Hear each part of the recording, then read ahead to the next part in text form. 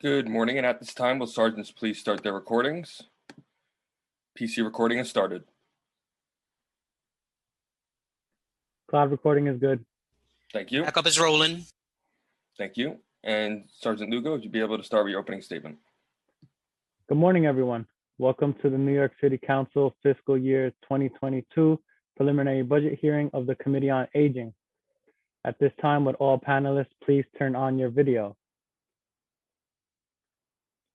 To minimize disruption, please place electronic devices to vibrate or silent. If you wish to submit testimony, you may do so at testimony@council.nyc.gov. Again, that's testimony@council.nyc.gov. Thank you for your cooperation. Chair Chin, we are ready to begin.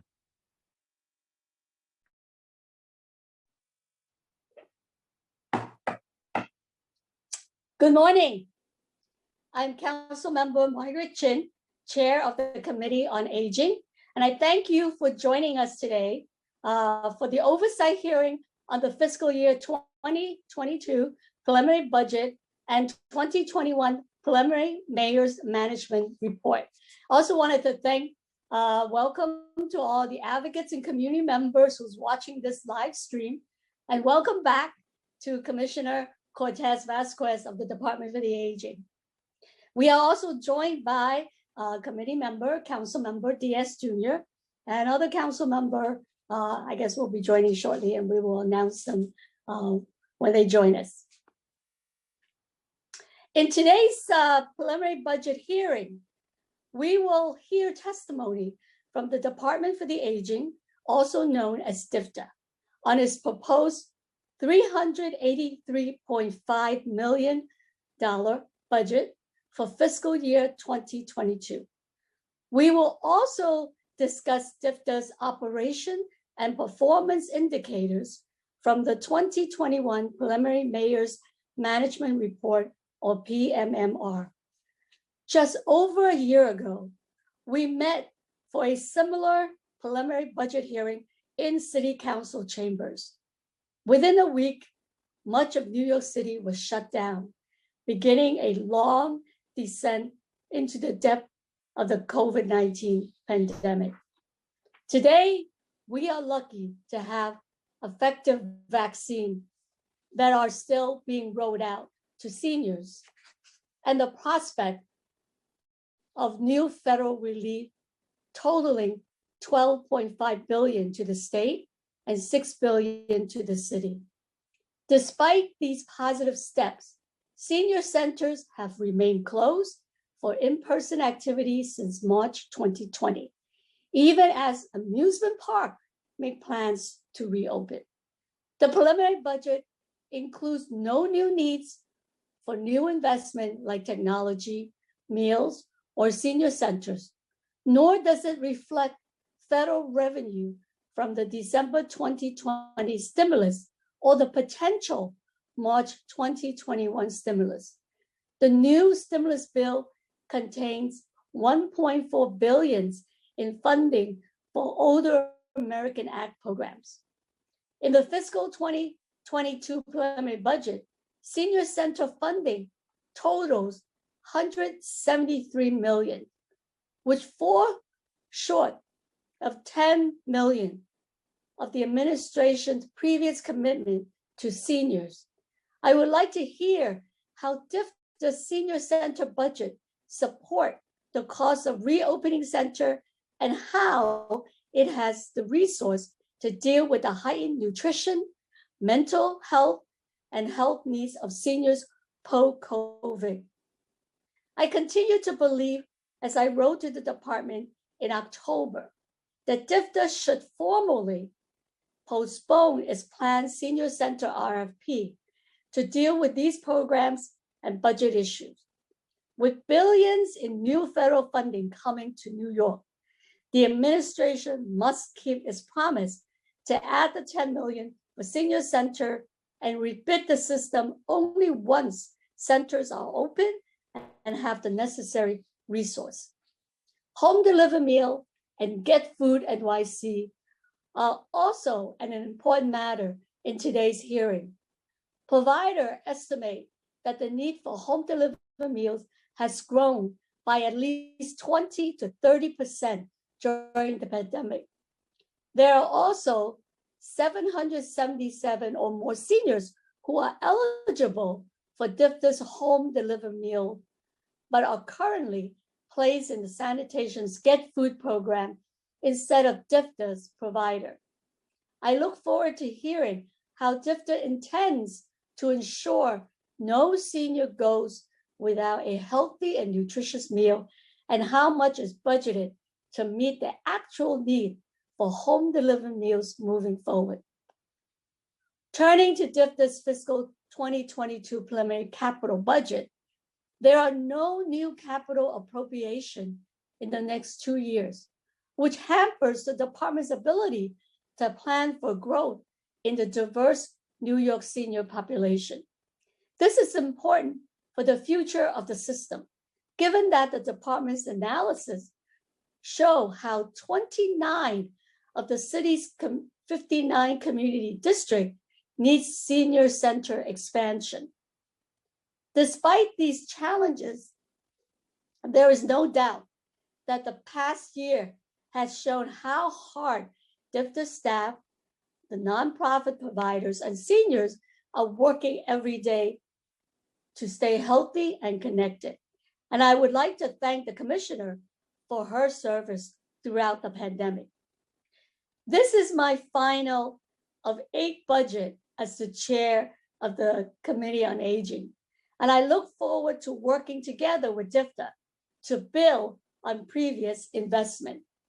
By working together, I believe we can develop the senior services of the future as we emerge from this COVID-19 pandemic. Before we swear in the commissioner, I'd like to thank the committee staff for their hard work in preparing for this hearing. Senior financial analyst Daniel Krupp, Unit Head Doheny Supora, Committee Counsel Nycc Chodori, Senior Legislative Policy Analyst Kalima Johnson, my Director of Legislation and Budget, Kana Irvine, and my Legislative Associate, Angela Seeger. We also have been joined by Council Member Ayala.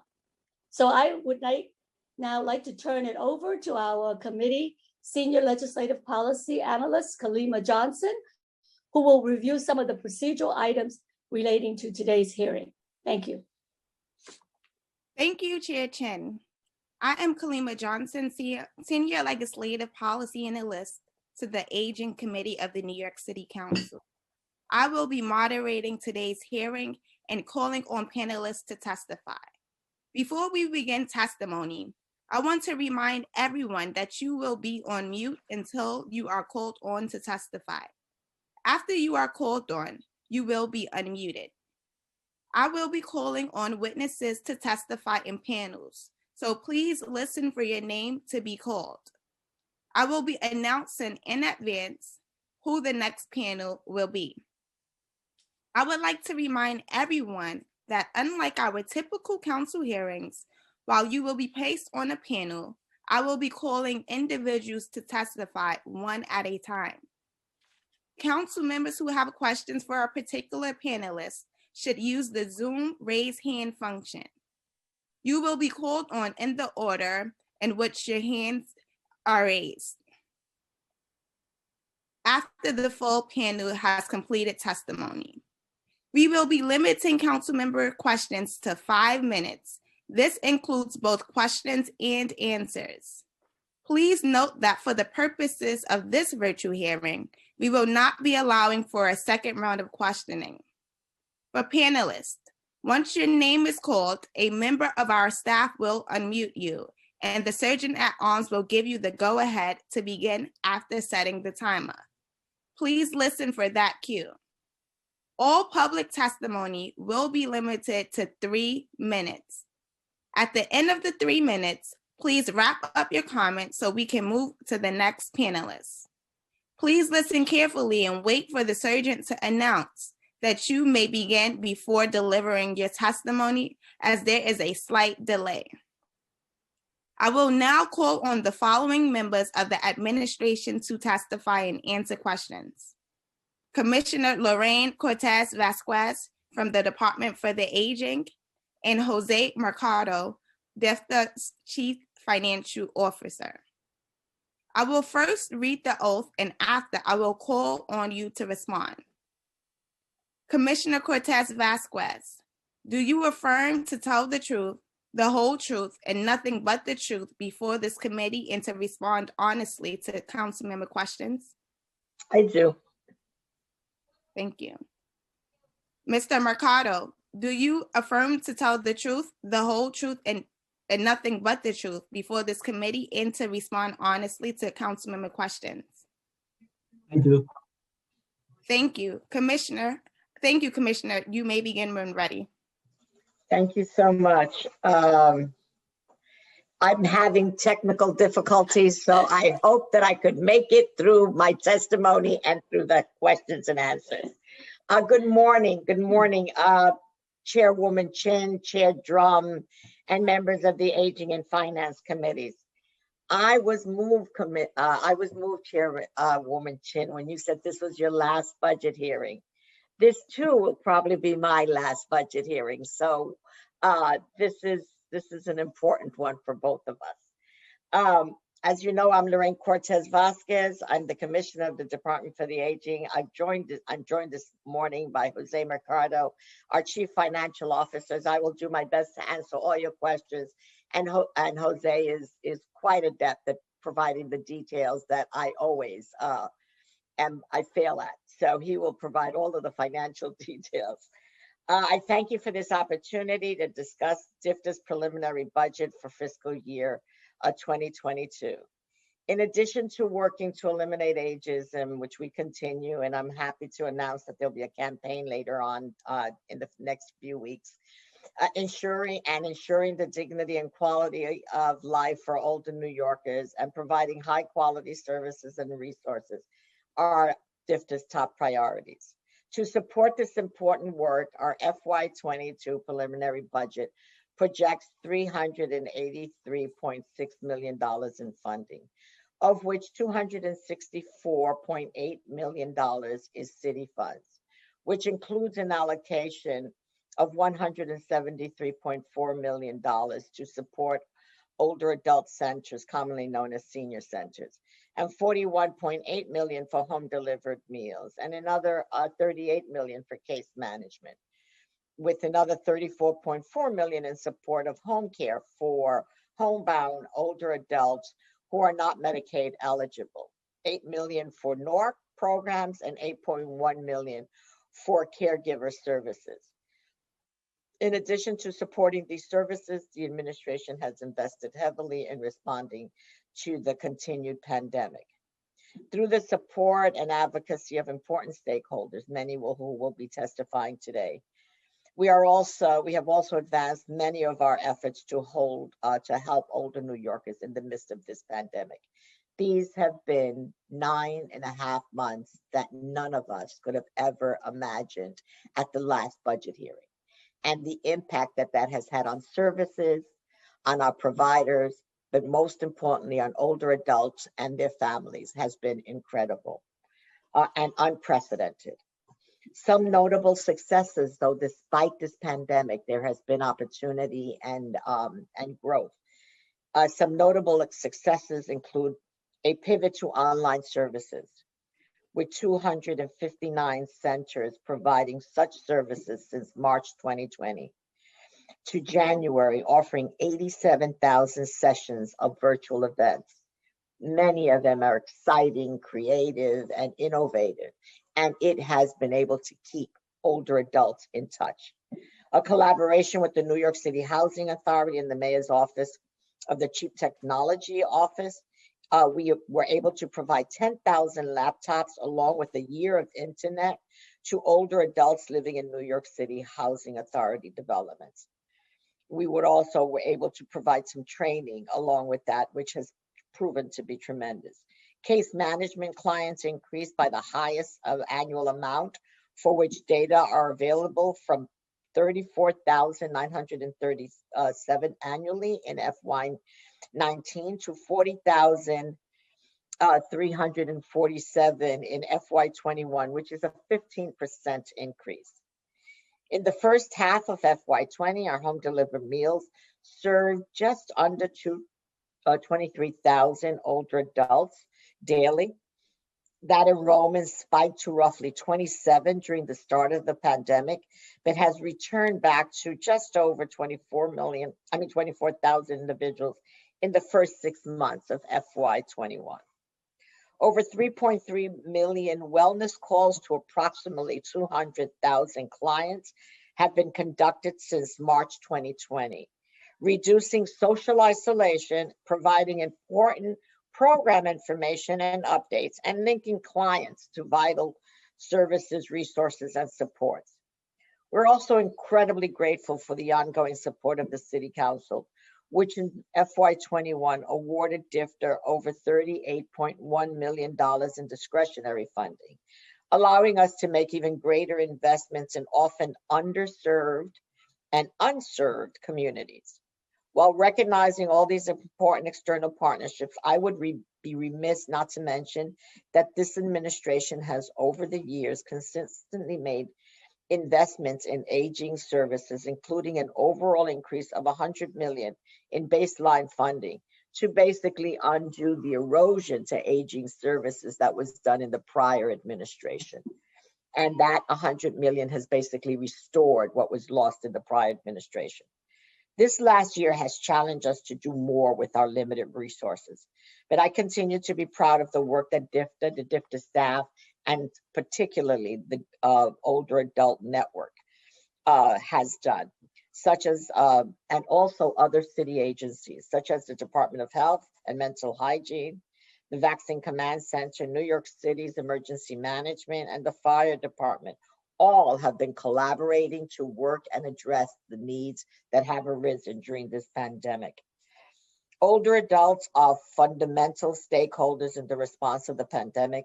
As such, DFTA has brought this lens and advocacy to our sister agencies as they deepen their focus on older adults. We appreciate these collaborations and look forward to maintaining these strengthened relationships even as the pandemic is behind us. It has shown that together, city agencies can make this an age-friendly, safe city.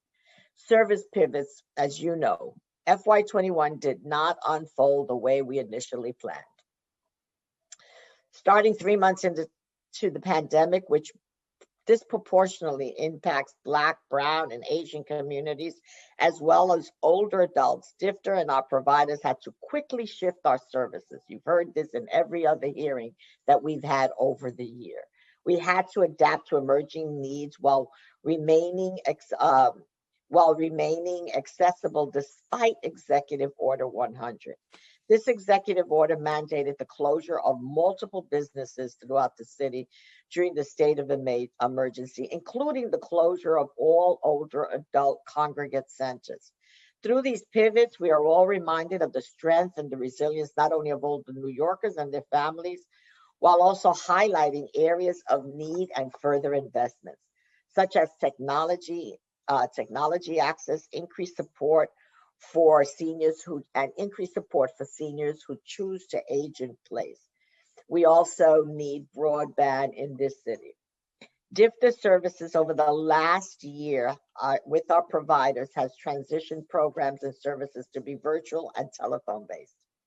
These include friendly visiting, geriatric mental health, which has grown tremendously, caregiver support, case management, and HICAP webinars, and the development of new programming such as fraud prevention and empowerment series through our Elder Justice Group. This pandemic, as many wonderful things as we've been able to get out of it and learn from it, we also learned that predators are on the rise every day, and we needed to strengthen our Elder Justice services.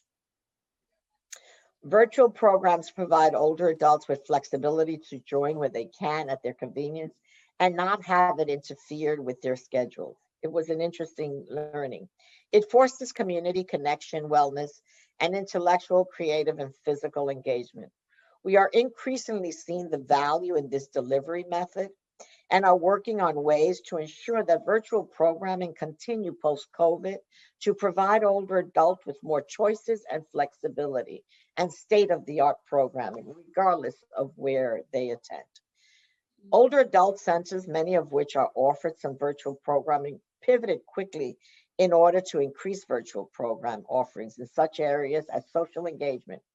Prior to the pandemic, 47 senior centers and sites affiliated with those centers were providing virtual programming.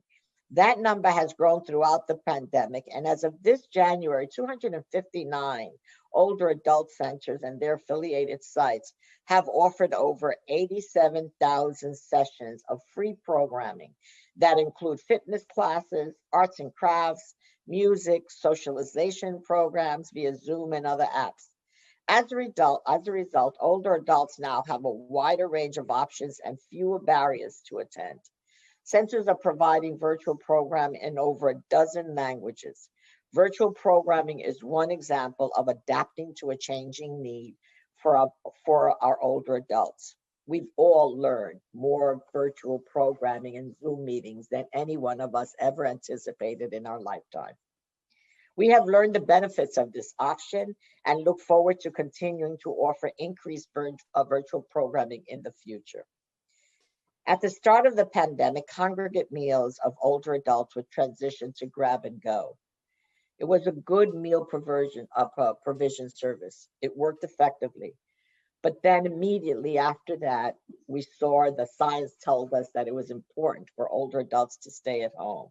And then DFDA NYC direct meal delivery was imposed in March and in April of 2020, resulting in a successful provision of 1.7 meals to older adults and 75% greater meal service participation compared to 2019. Were there hitches? Absolutely. Were there glitches? Absolutely. We've learned tremendously from that experience.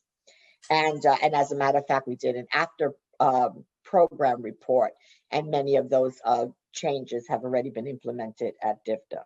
Since late April of last year, then Get Food New York, which was established by the mayor, he established a food czar and established Get Food New York City to address food hunger for all New Yorkers, had been responsible for filling the gap for unmet food needs for all New Yorkers. So we also know the suspension of congregate meals in senior centers has had a great impact on older adults and the center themselves and our whole network.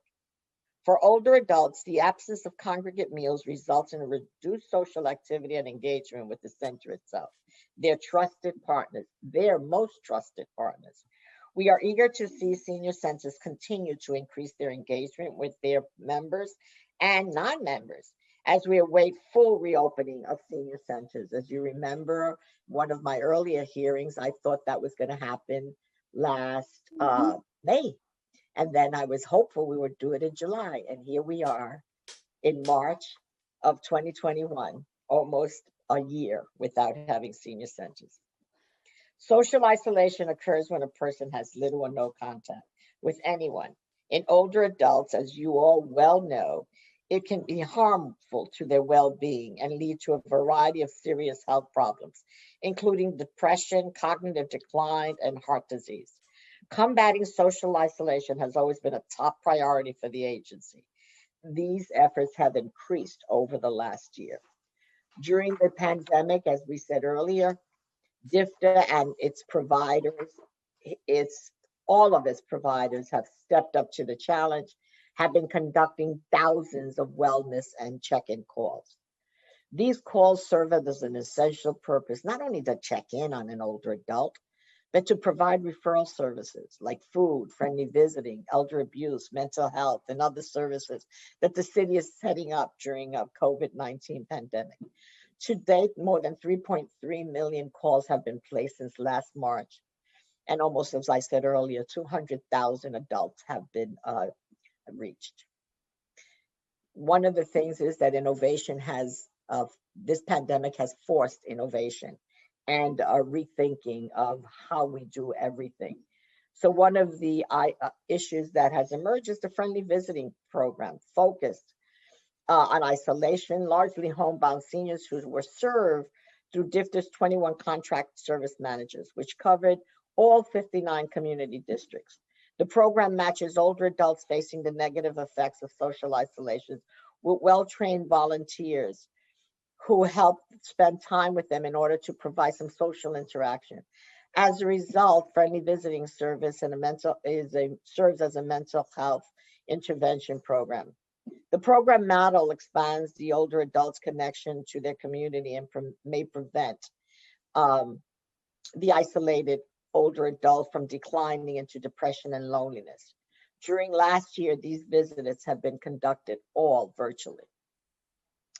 To address the social isolation and loneliness of active older adults, DFTA also launched Friendly Voices, which is a version of Friendly Visiting. And we launched that in October 2020.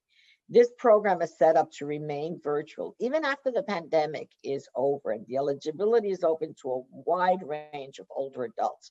Friendly Voices offer older adults the option to be matched with a volunteer, a peer, or a small virtual group. The Friendly Voices program currently has opening for older adults to join. To sign up as a volunteer and older adult, individuals can call Aging Connect at 212-244-64969. And as you know, we've launched a PSA last May, and Lin-Manuel Miranda served as our voice, and we were able to get volunteers for that PSA, encouraging all New Yorkers to give 5 minutes of their time to an older adult. In February 2020, without in any way anticipating this pandemic, DFTA launched our Aging Connect hotline, which was to serve as a navigator assistance for families and older adults, and introducing them to our operations and to the network at large. It was fortuitous that we did that in February. Through this program, we were ensured that older adults would have immediate and direct access to information and referrals as their families and friends would have. The line is staffed by full-time trained aging specialists and operates weekdays from 8:30 a.m. to 5:30 a.m. All of the staff speak at least one language other than English, including Spanish, Mandarin, Japanese, Cantonese, and Haitian Creole. The top call categories include benefits and entitlements, housing, meals, general information about DFTA programs and services.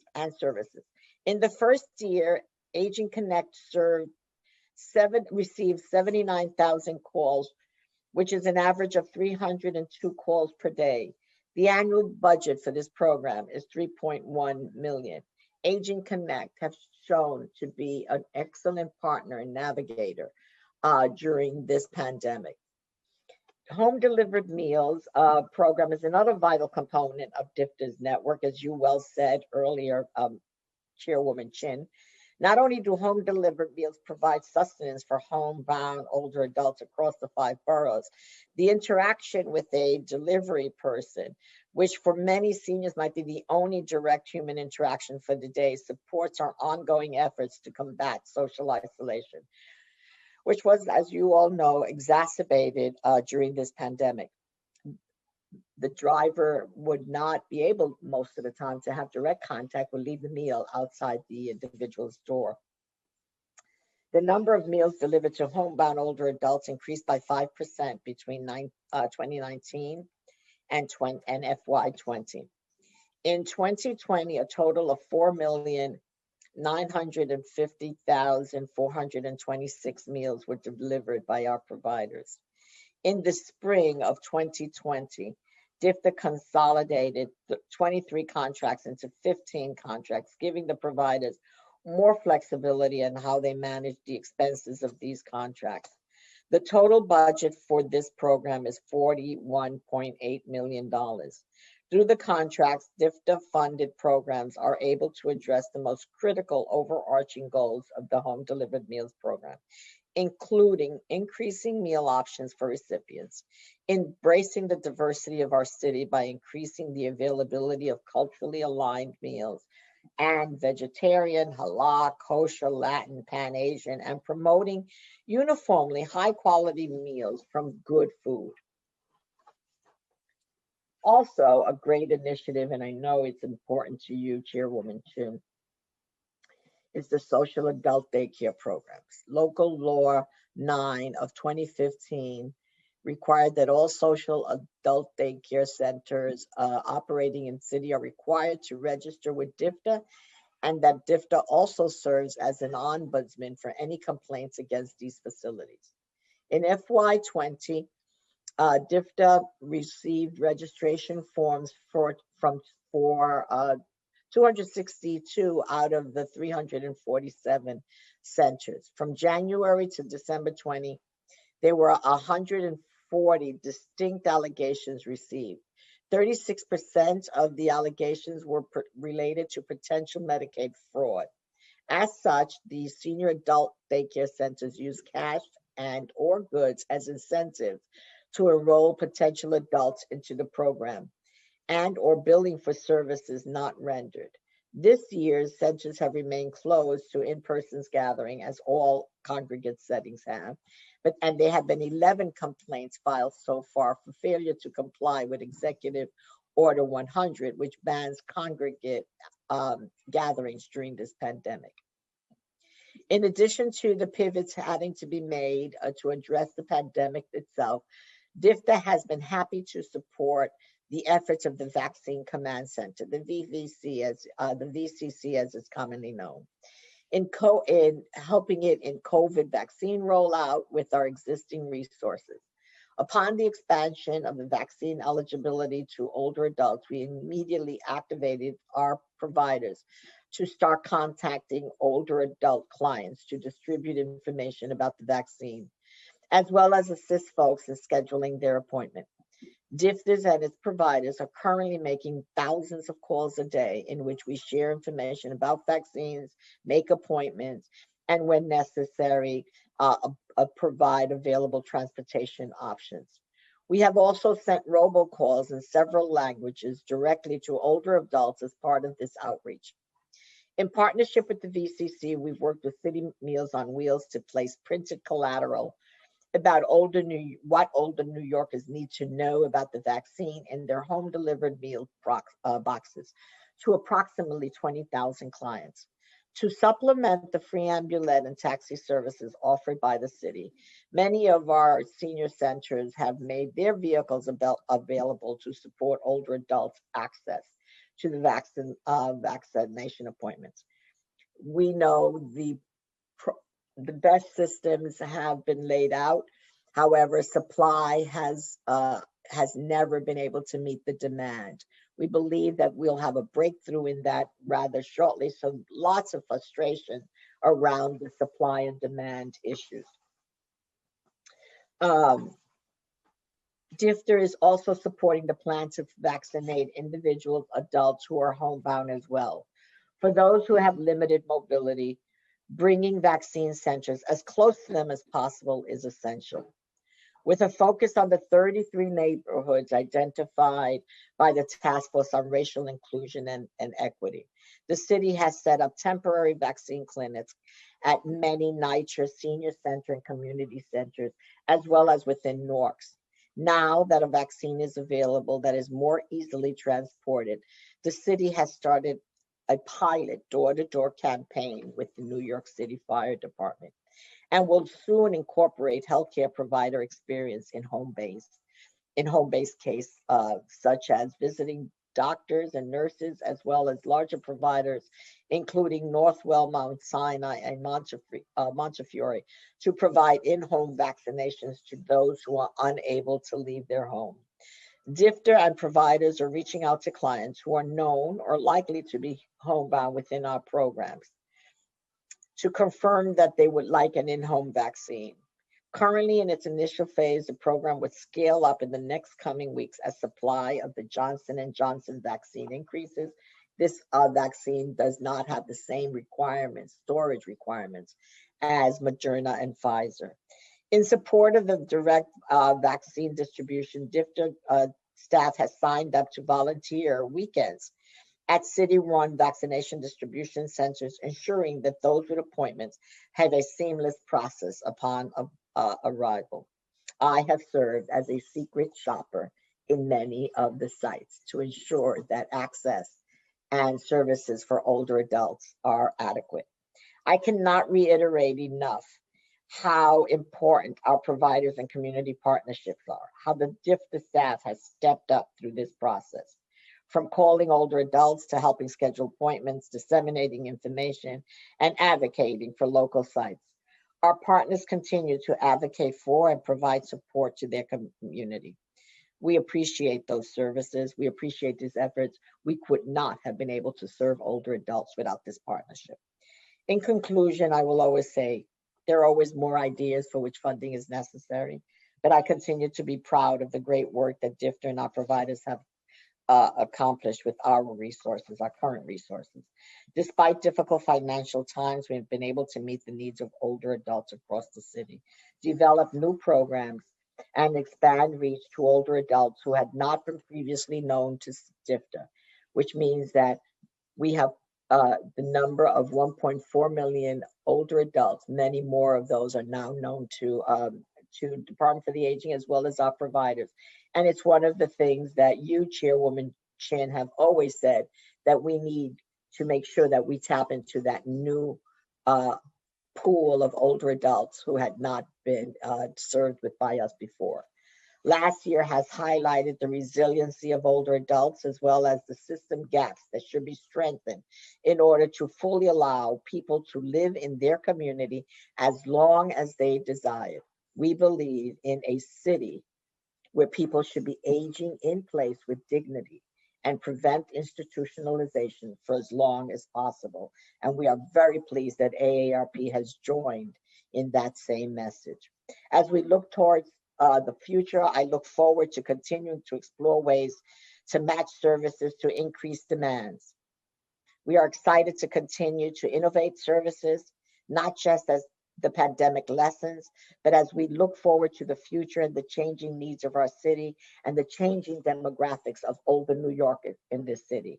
This is going to be the most age-inclusive, age-friendly city in the United States. As always, we're grateful to you, Chairwoman Chin, for your advocacy, for your support, personal and professional, and also to the committee for your advocacy and continued partnership as we all support older New Yorkers thrive and live in this city. I thank you for this opportunity.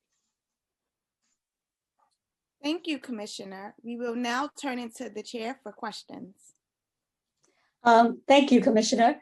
We also have been joined by Councilmember Malone, Councilmember Traeger, and Councilmember Deutsch. I'm going to start off with a couple of questions, and then I'm going to turn it to my colleagues to also ask some questions. Commissioner, thank you to your testimony. And, we had a strong partnership in this session, and I hope that in this budget, we will help build a foundation for the future for DIFTA. And we have to increase the budget for DIFTA. The older adult population is growing, but DIFTA's budget is not growing. I mean, it's still less than 0.5% of the city's $9.2 billion budget. And that is unconscionable. And we got to really fight for more. Even though you talked about the administration increasing the budget because of our advocacy, but it's just not enough. I mean, looking back at when you talked about the senior center utilization, in 2020, in the calendar year of 2020, senior center utilization was down 15% from 2019. DIFTA reached 108,000 senior with its virtual programming this year. But in an ordinary year, there are usually about 7.6 million duplicated seniors who come to the center to have meals. And so why do you think that DIFTA was not able to continue to reach as many seniors during COVID And then what resources are in the budget to bring these seniors back to the DFTA program. And then the other thing is that I know that we talked about in some of the past hearing, we were hopeful that you gave the indication that we might have some activity started in the center. So what is the timeline for reopening the senior center for the meal program and for our NORCs and other in-person service? So that is about 8 questions, and I'm going to try to remember all of them, Madam Chair, and try to do one by one. In terms of the data of whether we served as many older adults as we have in the past, it is a matter of trying to, at this point, reconcile the data with Get Food, as well as the data with the wellness, and give a fuller picture. That has not been done yet. We've been, as we say in Spanish, friendo y comiendo. We're cooking and eating at the same time. So we're looking at that data so that we can have a holistic picture of exactly how many older adults have been served. As for the opening of the older adult centers, we have to rely on the science. That's what we trust and that's what we rely on. When we get guidance that there is enough either herd immunity or whatever the new terms are, where it is safe for older adults to congregate, then we will be moving in that direction. That being said, we have never and are continue to work with our providers. 180 of them have said that they're interested, should we have the opportunity, and we're working with OMB right now, is to get them re-engaged in the meal provision, so that we can go to a direct delivery program, similar to Get Food, similar to what we did as DFTA Direct 1, we're calling it DFTA Direct 2, until the date that we can open the older adult centers. It's to get the programs engaged. And there's 180 of them right now that have been reviewed. And we are in partnership with OMB reviewing those so that we can get those going as soon as possible. The other question was related to the changing demographics and the size of DFTA's budget. You know, as I well know, that given the change in the demographics of the older adults, given the change in the growth numbers and where we've identified service gaps, we are constantly looking for innovation and new approaches so that we could address those gaps. Because the status quo is not going to, one, does not lead us to the future, and more importantly, does not serve the needs of even current older adults, much less the future and the number that we anticipate, particularly the changing demographics. Yeah, I mean, that's what I was surprised at. I didn't see any new needs in the DFTA budget. And in your testimony, you talked about the success of all these virtual programs, which is really looking at the future of connecting more older adults. And there was no requests for new needs for technology. I know that you and I have talked about before in the budget. I mean, how do we help more seniors have access to the training, to tablets, laptop? I mean, the program that you talked about, the 10,000 to Nycc seniors, that's a drop in the bucket, right? And so how do we ensure that more seniors will have this resource? Because as you said earlier, I mean, it's just a great way of connecting to more seniors who might not go to the traditional senior center for a meal, but they'll get online and participate in an exercise program and other kind of program. So do you anticipate, did they have any information on how many seniors lack the technology access that could benefit from it? And then how is DFTA offering? Another thing is that the budgetary flexibility for provider to get technology to seniors during COVID, to get them connected online. All right, so during this process, we worked again, one of our sister agencies. It has been the chief technology officer, and we've been working very closely with them on some models where we could expand the program modeled after the Nycc program, but even expand that. And we're looking at that. We had something like 20 innovative volunteers from high-tech industry working with us to come up with some designs. And so we're looking at that right now. We know that it cost us $1.2 million for Oates, to do the training for the Nycc program and the ongoing support for the Nycc program. So we have some indication. We constantly work with OMB on all of these conversations around innovations and future directions and aging in place with dignity. And so those conversations are always ongoing with OMB. The thing that we have encountered, in addition to this pandemic, as you well know, and many of you know, has been the financial downturn in the city. And so with this change in this new administration in Washington, and with some relief that we think that those conversations can continue and maybe bear some fruit. But at this point, this city has faced an enormous financial downturn, and which has also impacted us.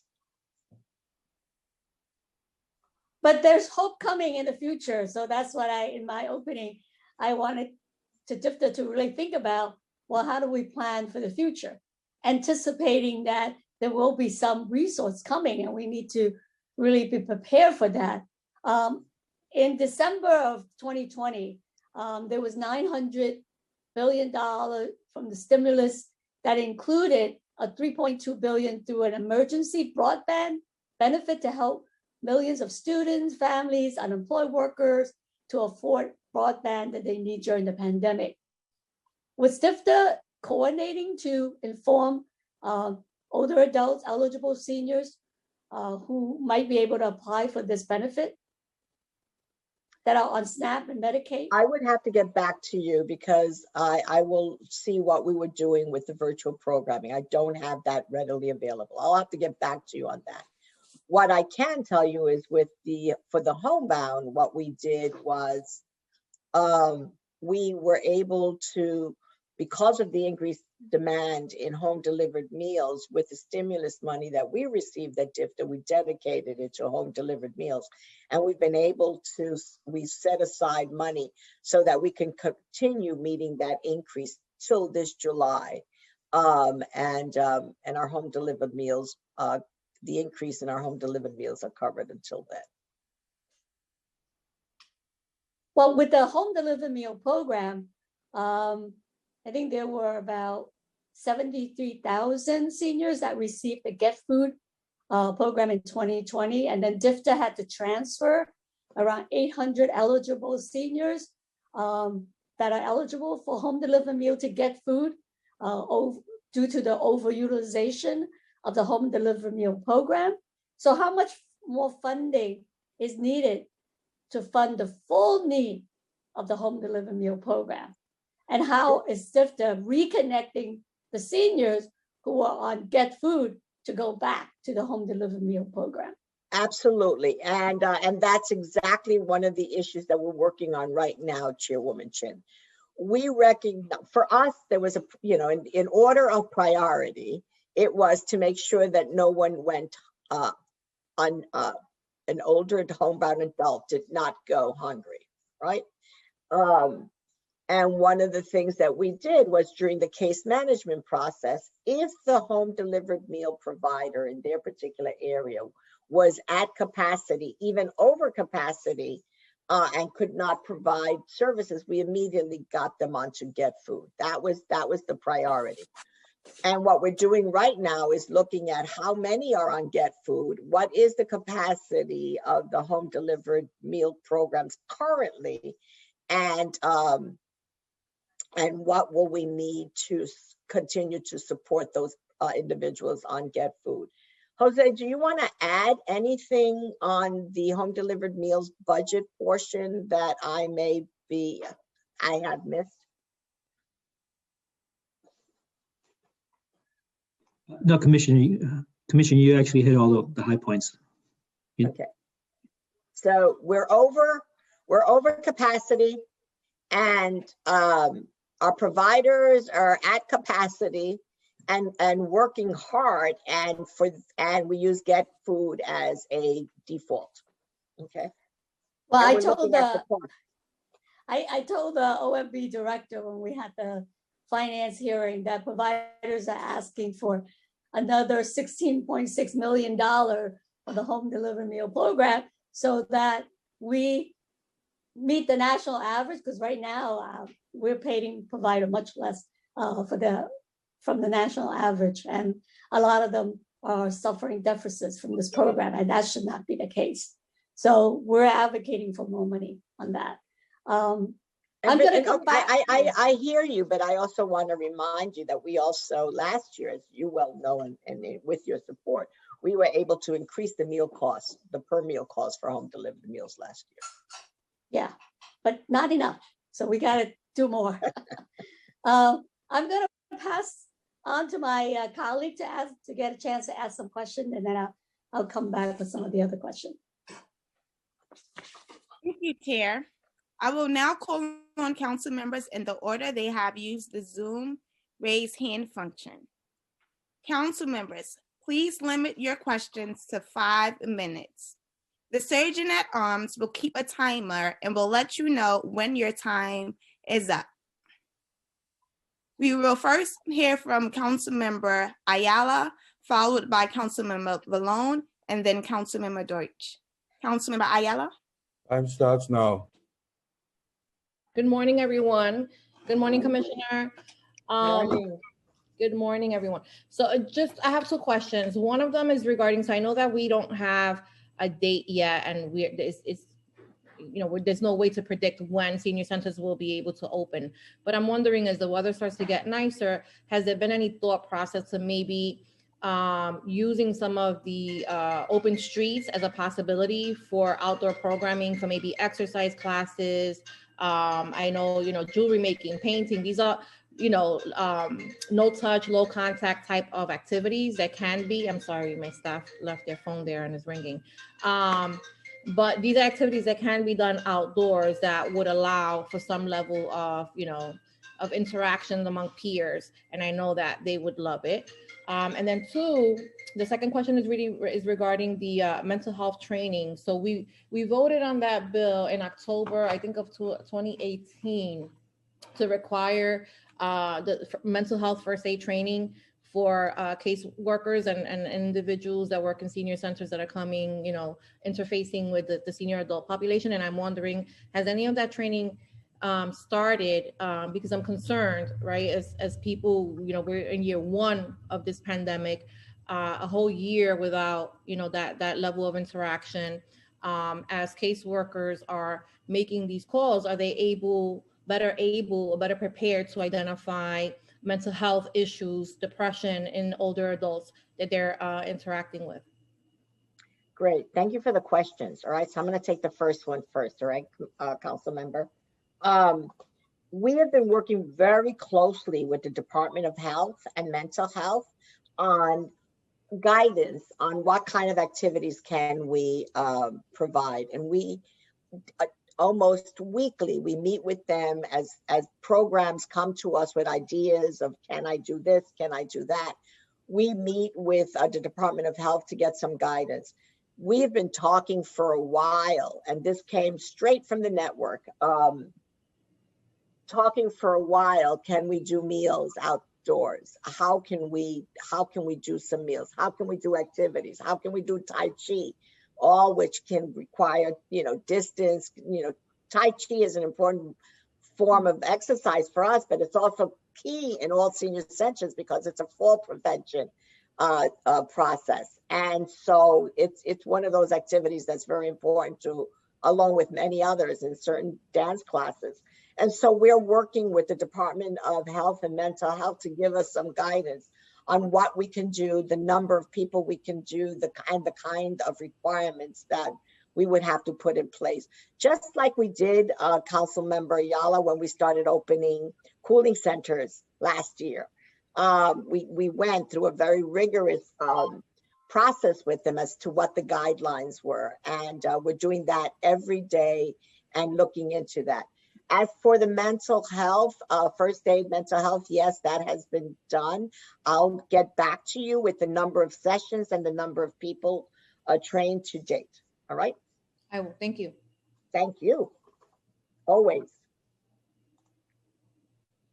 Thank you, Councilmember. We will now hear from Councilmember Vallone. Time starts now. Good morning, Commissioner. How are you?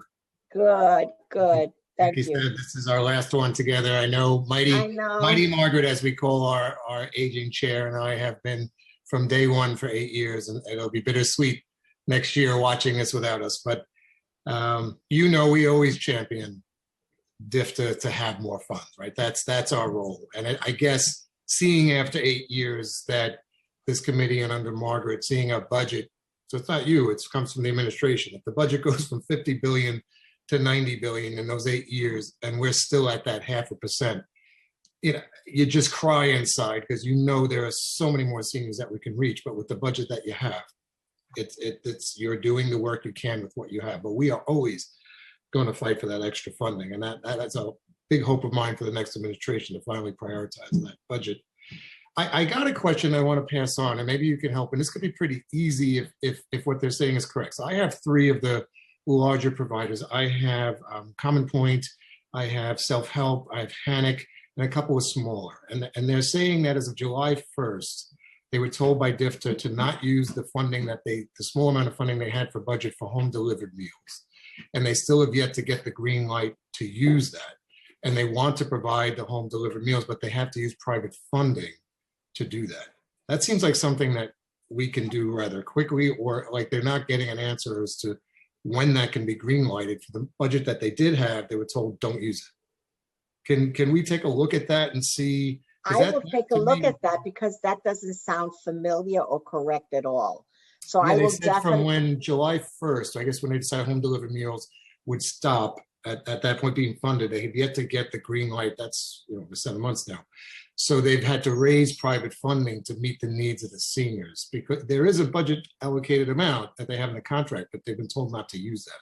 So maybe that's something, if we could look at that pretty quickly, that would be a quick way to get some extra. I will definitely look at that, because that doesn't even sound correct to me. All right. And I have the greatest respect for HANIC. I mean, I love. I don't know what I would have done out here without them. They have been. Yeah, no, and Self-Help also. So they're excellent providers. We'll look into that, and immediately after this hearing, I'll get back to you. That would be wonderful, because that's something we could do. And I will make sure that our staff gets back to them. All right. Perfect. Correct whatever. All right. And the only thing I wanted to think of is going through what we all went through in this last year, is how do we maybe tackle or do things different in the future, in my eyes, when something happens again, right? And we all have to take new precautions for whatever comes. Like we saw in the schools, the kids needed to do virtual. And unfortunately, still at the high schools, a lot of the kids have either chosen to be home or still home. But without that technology, they would not have been able to continue some type of teaching. If the lesson for here is that we were not able to get to our seniors in their centers, and the deprivation of that family and human contact has been instrumental on new mental health issues and continuing for our seniors, we have to incorporate a new approach on how we can get them in a different way. And to me, the only way is with technology. And I wanted to follow on Chair Chin's conversation before. I mean, the only virtual technology we have in Mars is when we funded from our own council, and we did a virtual lab. But 2 things would happen. The seniors had to stay separate in their areas and couldn't go through Common Points. So the difficulty would be some type of tablet for each, which would be a dream, but the budget there wouldn't support that now. But we would have to maybe think of some type of virtual area, virtual laptop computer access for critical services, for doctors, for mental health, for exercising, and for families to see their loved ones. And that is something that I would think maybe we can try to build a plan for that coming for, I mean, this budget's happening now, but I'm actually going to work with Margaret to put a bill in to start to focus to require that, because it's the only way I think we're going to get something. But is that something that maybe we could focus for and maybe lay the groundwork for the embassy? Yeah. First of all, thank you. Because it's three things I want to respond to you. One is we did an after action report on DFTA Direct Meals 1, and we did a lot of learnings and it uncovered things that we changed our system. One of them was the way that we maintain data, up-to-date data on clients, and how, because we learned, we had old data and, we needed to have a system that had some integrity in it. And so we hired someone to do integrity checks on the data, not integrity checks for violation, but integrity checks to make sure that the data is the most current, and are working with our partners in that. So that was one major lesson learned. The other lesson, and so that goes to the heart of your issue, is how do we have access and how do we get information to them, right? And so that is one of the things that we've done. We are also doing after action report on the Nycc tablet program to show what worked there, what doesn't, and where do we need to expand. But you're absolutely right. And one of the things that this whole virtual world has taught us is that we should have a library, and so what we've done is try to catalog and work with partners in the network to start cataloging some of those trainings, putting them into a library. And we're looking at a library, a virtual library. Don't ask me. No, and you've spoken to that in the past. That's a great idea. All the partners. And so it's like have a repository. Don't ask me the technical stuff. I will fail and I will make it up. That's for somebody else. But having a repository where people can have access to that programming, and if I were a family member and I'm taking my mother upstate, that then she could still have access to that, and I could enable that because I can tap into that system. And those are the kind of things that we're looking at and that we've learned how. And also embracing family members and neighbors and extended family members more in this thing that we called breaking social isolation, which is not just those are all wonderful. Until we get though an actual piece of hardware, additional laptops, additional virtual, then all the data is not still giving us a human contact to the seniors that we couldn't get to see. And it broke my heart on so many levels. I mean, on another world, I do elder law, and all my clients can't get to see, or they couldn't be there when they passed, or when they were very sick, or when the COVID was at its peak. No one could have any, and couldn't even see them. So maybe I'd like to focus then, that strictly would have to be budget, because we know it works. We'd have to get some type of community center tablet or larger screen, and then hopefully in the future by floor and by room, so that folks could have those services, the library you're talking about, and also see a loved one or a doctor individually, safely, without mixing with it. Thank you, Chair. I didn't mean to go. Yeah, and I was going to say, there's tablet, there's smartphones, there's so many other a new apparatus that we should be tapping into. Absolutely. Thank you, and thank you for looking in on the food service for the providers. Something about the contract being not used for services. So if we could look at that today, that'd be great. We'll get back to you on that immediately. Thank you. And to them. All right. Commissioner, to follow up with, thank you, Councilmember Valone, for your strong advocacy and partnership. It's been wonderful working with you in the past, 8 years. And we got to make this a strong budget this year. And that's why we need, Commissioner, maybe talking with the provider to come up with some idea of how much, so that we can advocate to get it into this budget. We also been joined by Councilmember Eugene. So Committee Council, you can call on the next council member with question. Thank you, Chair. We will now hear from Councilmember Deutsch. Time starts now.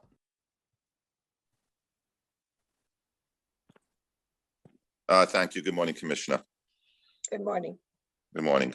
I'm sorry I'm not on Zoom because I have notes on my phone. And okay. So according to data, the number of homeless individuals age 65 plus increased over 300% from 2004 to 2017.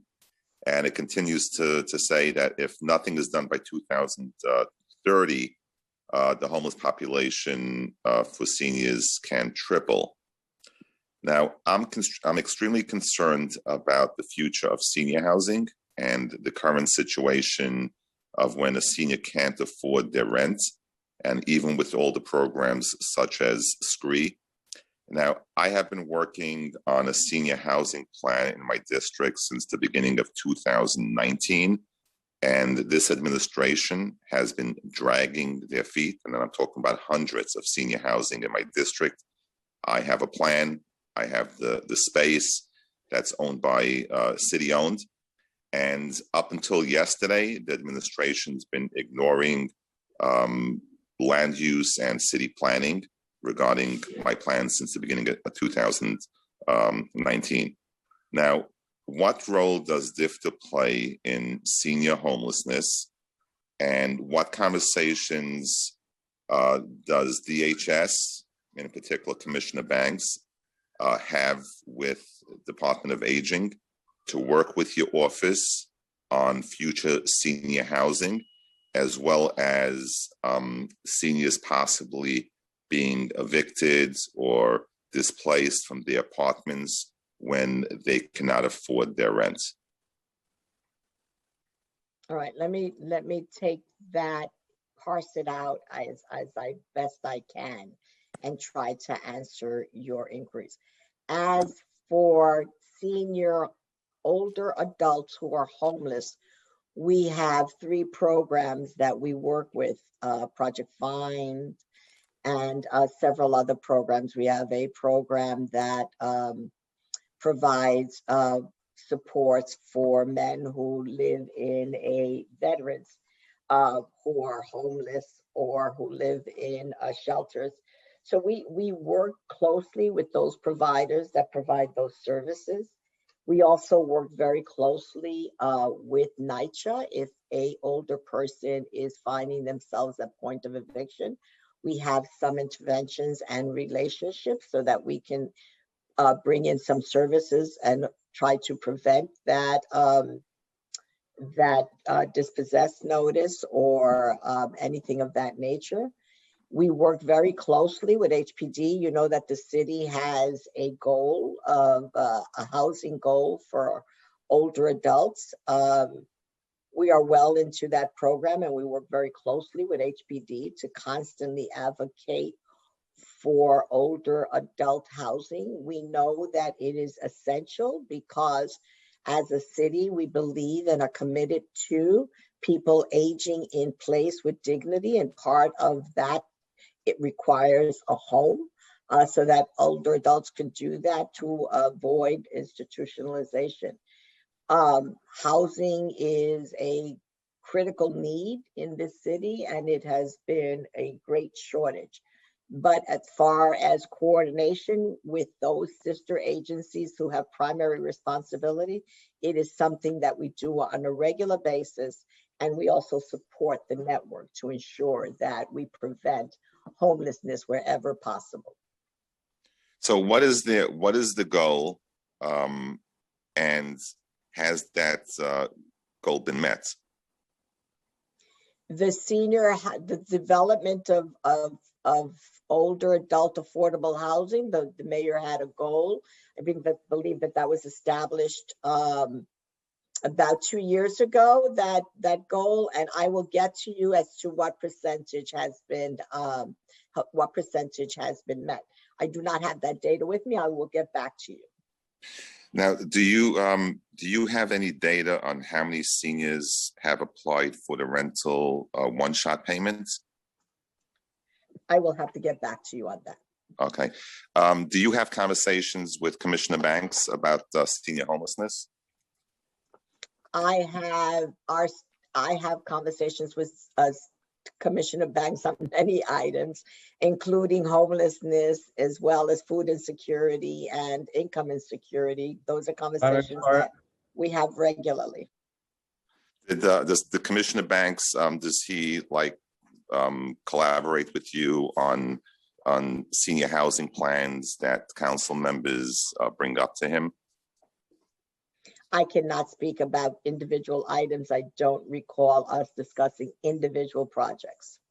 When was the last time Commissioner Banks had a conversation with Department of Aging about senior homelessness? Can you recall that?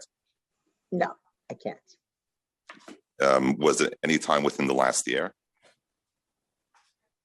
I'm sure it was within the last year, because I'm sure it's centered around the pandemic and the homelessness and concerns we both share around the pandemic. So my question is, like, if a senior cannot afford rent, where does Department of Aging refer them to, and how is that followed up? If a senior cannot afford rent, it depends on who the referral source is. It usually is a community agency that then will advocate and turn it to the appropriate city agency to get that support. Okay. Do you feel that we need to build more senior housing? Of course, we need to build more senior housing. Of course we do. There's a shortage of housing in this city. There's a shortage of affordable housing. There's a shortage of senior housing, and the administration has a very ambitious goal for senior housing. Yeah, because it doesn't seem that it's that ambitious, because if I have a plan in my district for senior housing since the beginning of 2019, and I can get a meeting with Commissioner Banks to push this project, it doesn't seem that they're quite ambitious about it. Would you, Commissioner, support and help me and support my plan for senior housing to put some more pressure on this administration to move along with that plan? What I am willing to do, sir, with all due respect, is look at your plan, talk to you about your plan, and also find out what the status of your plan is. There's no status, because the city's been dragging their feet.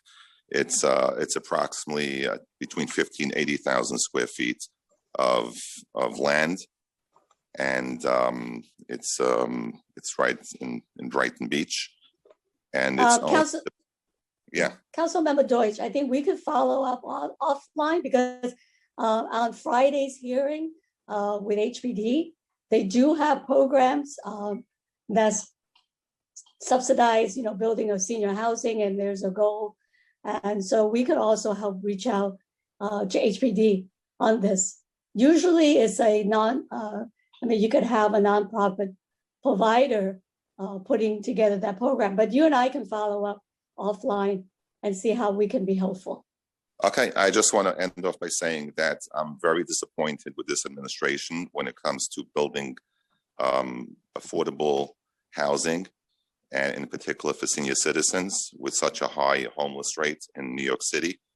And I'm extremely disappointed, and I hope that I could work together with the Department of Aging. Commissioner, I just want to say that you do an amazing job, and I support all the work that you do. And we have a great chair who advocates for our senior population and people with disabilities. I just want to say for the record that I'm extremely disappointed with our administration when it comes to reaching their goals for providing senior housing, where many seniors have been displaced and are being evicted. When we see the rent moratorium end in May, we don't know what's going to happen with 60,000 homeless people out in the streets, and we could see a double once the moratorium ends. So I just invited Commissioner Banks for a citywide town hall meeting to talk about what the city's plan is, that once this moratorium ends, how are they going to deal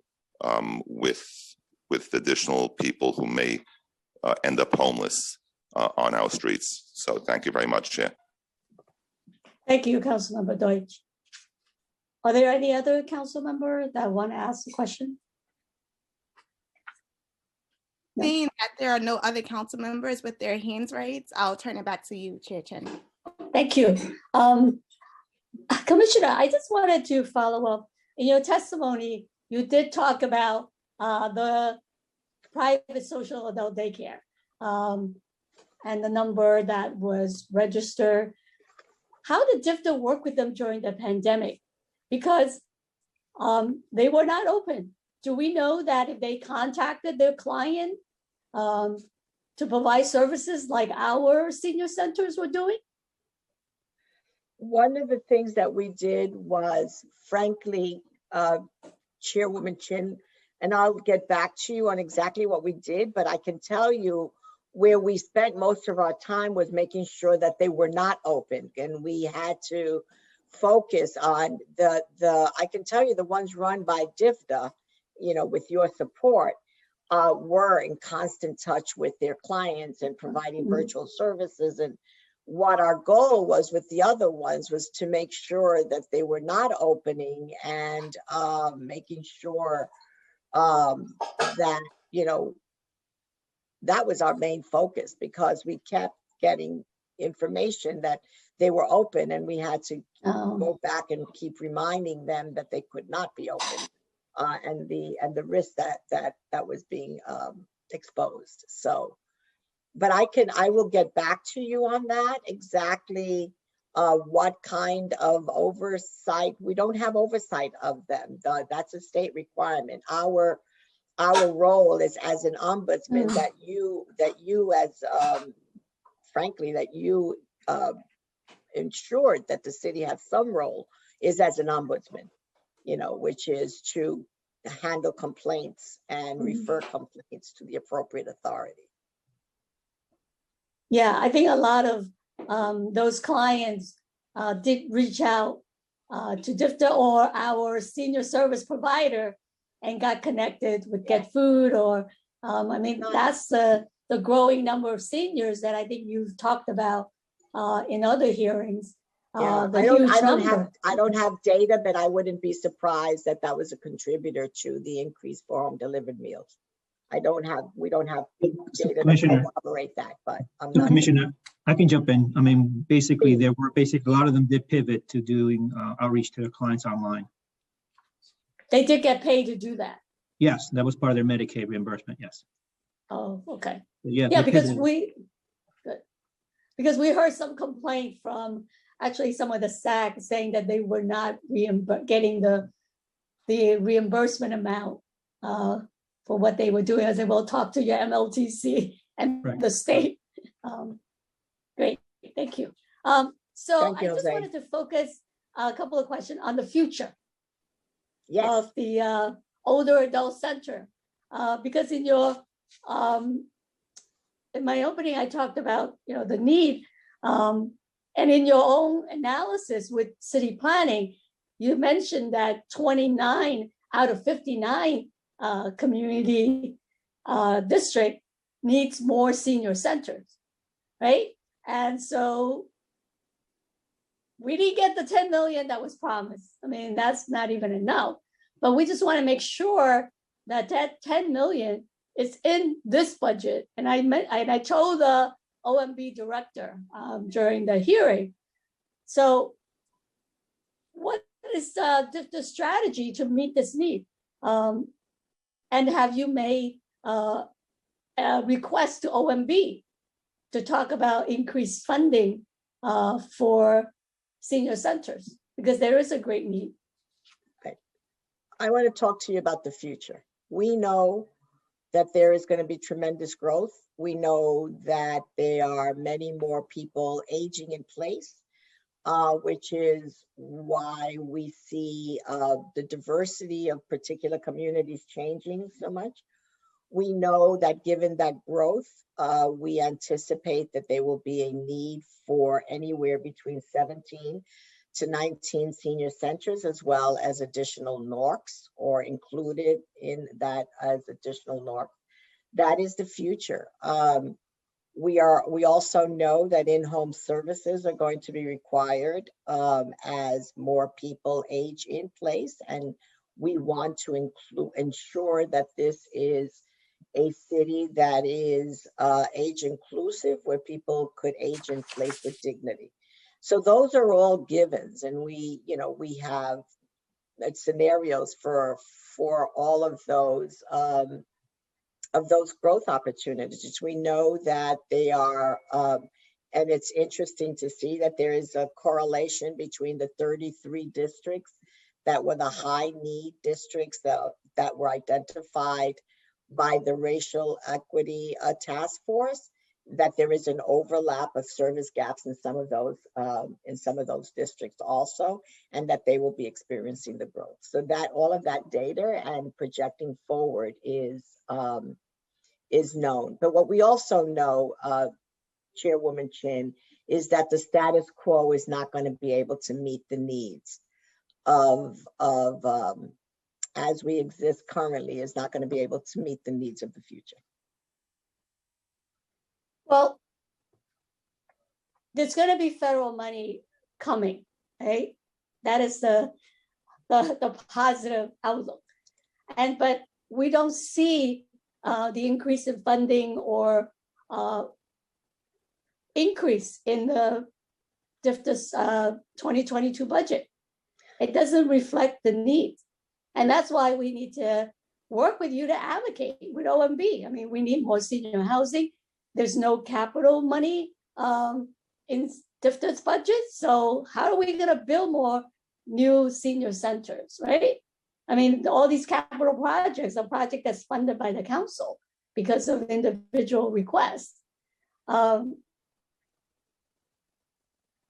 We are in constant communication with OMB and sharing with them the future. We got to make sure that the stimulus money that's coming, that we got to fight for our fair share. I mean, like that's what has to be in this budget. And so, Commissioner, you got to work with us, work with me to make sure that they don't take that. First of all, they don't take back the money that was promised like last year, right? We saw the 10 million in the executive budget and then it disappeared. But that's not even enough. But if federal money are coming, we have to make sure that gets into DFTS budget. I'm always appreciative and supportive. I'm always appreciative and I welcome your strong advocacy. Well, we have to really continue to work on that. There's one minor point that I want to make on the technology. I mean, yes. The city has the public access channel. And I know that we talked about in some past hearing that some programming, like the virtual programming, the library that you talked about, I mean, some of them could be put into the public access channel because pretty much everybody has a television, has a TV that'll be able to get that. And certain program could be put into those channels, then reaches more of the senior population, especially the one that right now don't have that technology. I mean, that could be a way to fill the gap. So that's something that I think we should work together on. Thank you for that. I think it's something we will pursue. Right now, we're going to be launching an anti-ageism, combating ageism. You're gonna love the artwork. As a matter of fact, I think I'm gonna share it with you real soon after this hearing, and you're going to see some of it. It really is about aging is ageless, and Beth from AARP has also been a strong partner in this, so we're really excited about it. Yeah. Oh, Beth. Yeah. There you go. Yes. And we're really between. I'm always grateful to AARP for their support around, aging in place and their support around breaking the status quo. So I'm always so welcome them. But we'll share that with you. But one of the things, the reason I'm bringing this up is because we're using some city channels that we normally would not have used to launch this campaign, like the curb and the taxis.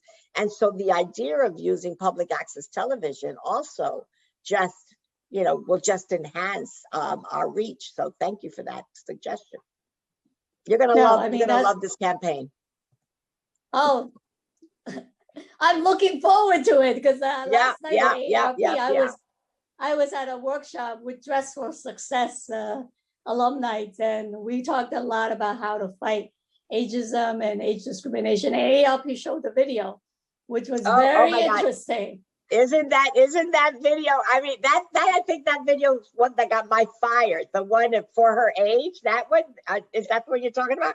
Yes, that's the one. Excuse me. It really touched a button with me, you know? Yeah. I know. So Yeah. I know that we want to make sure that the public have a chance to testify and speak. But my last question, I think, I do want to also touch on the wait list for case management and home care, even though I think some of the home care number might have kind of decreased during the pandemic because there were some concerns from clients. Maybe you could address that. But definitely there was a huge increase in case management wait lists. And so how is DEFTA dealing with that in terms of, more funding to meet that need? Yeah, there's no denying that this pandemic has illustrated the greater need for in-home services and the demand for that as people are aging in place. But I just want to also say that the wait list numbers is always this discussion that we have about, is that a traditional wait list? Case management agencies do an assessment from the very beginning. And what that number reflects is not that someone is void of services. They're just not, maybe have gotten all of the service. So it's like a triage kind of an approach. So someone might be waitlisted for additional home care hours, but they're already receiving some home care hours.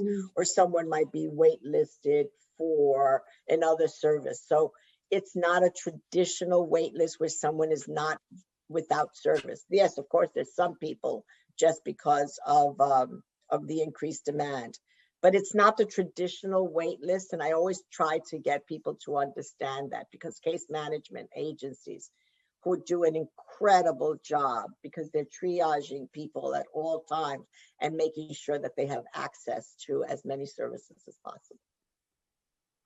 So it's the number is never as high as it appears, because someone might be waiting, but they're waiting for additional hours.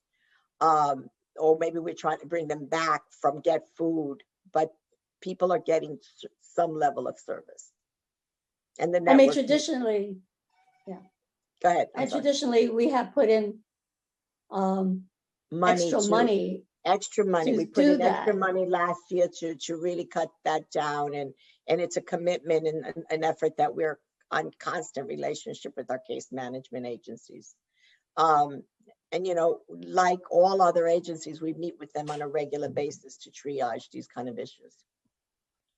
Well, I think we should really get some definite number in terms of from the service provider. What is the wait list? How many people are waiting for services, so that we know that how much more resources that we need to advocate, especially, the home care. I mean, that is such a wonderful program for older adults who are not on Medicaid. I mean, these are hardworking older adults that has contributed to the tax base, and they work hard for the city, and now they need help. And absolutely, we've heard back from the seniors who gotten this support and how great it is for them. So we got to make sure there's resources in them. And don't forget, they provide home care, but we also provide respite through the caregiver program. And these are supports that are essential for people to age in place. I mean, you don't get a lot of complaints about these programs. No, and a lot of people still don't know about the program. So when I mentioned it to them, they were like surprised that they can actually, I'm not on Medicaid. I qualify? So a lot of people don't even know this resource is available.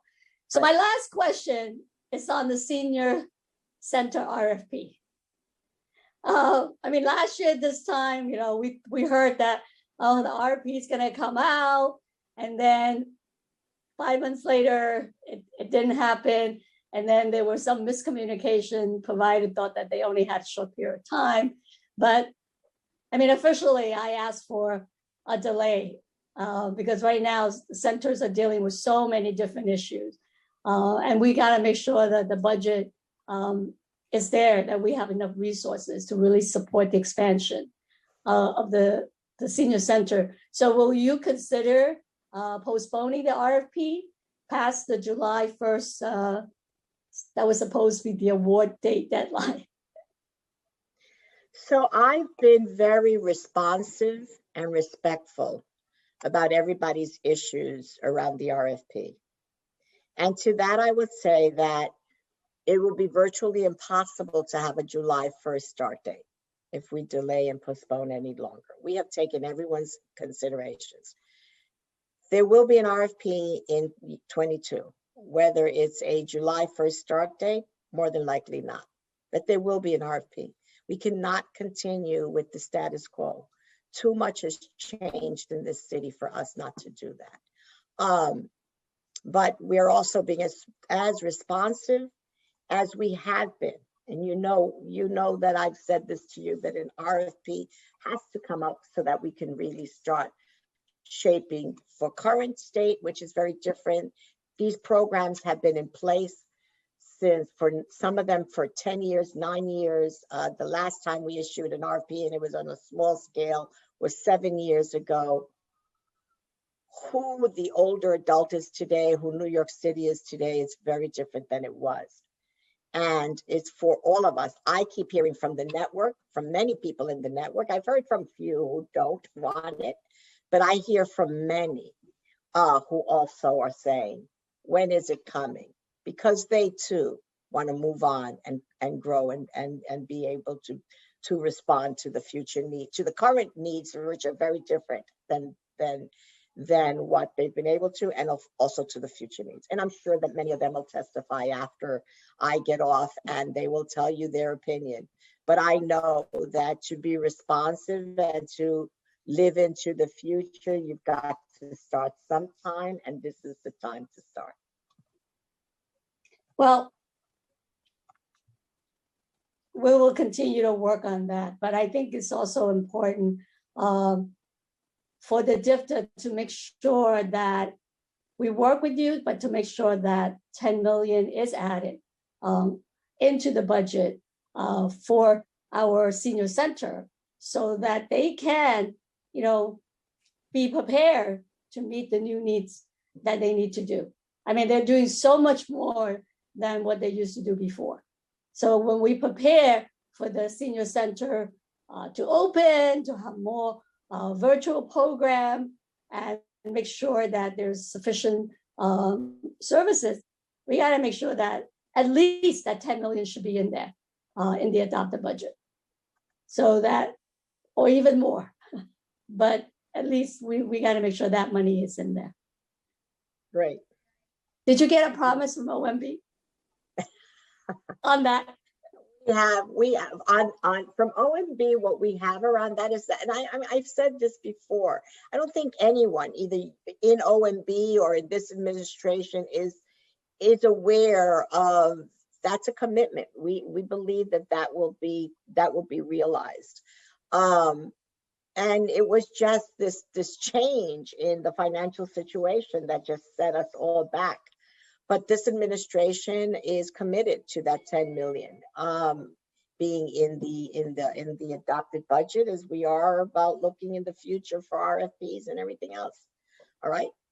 So we'll keep this conversation going, because it's really, this is your last one and this is my last one, and we want to make sure that we have set a pathway for a future that honors the great work you've done for the last 8 years. All right. So, and yeah, with that, I will say goodbye. Oh, not yet. Councilmember Rosenthal. Councilmember Rosenthal just joined us. She's chair of the subcommittee on capital projects. So. Okay. Hi. How are you? So you can't leave yet.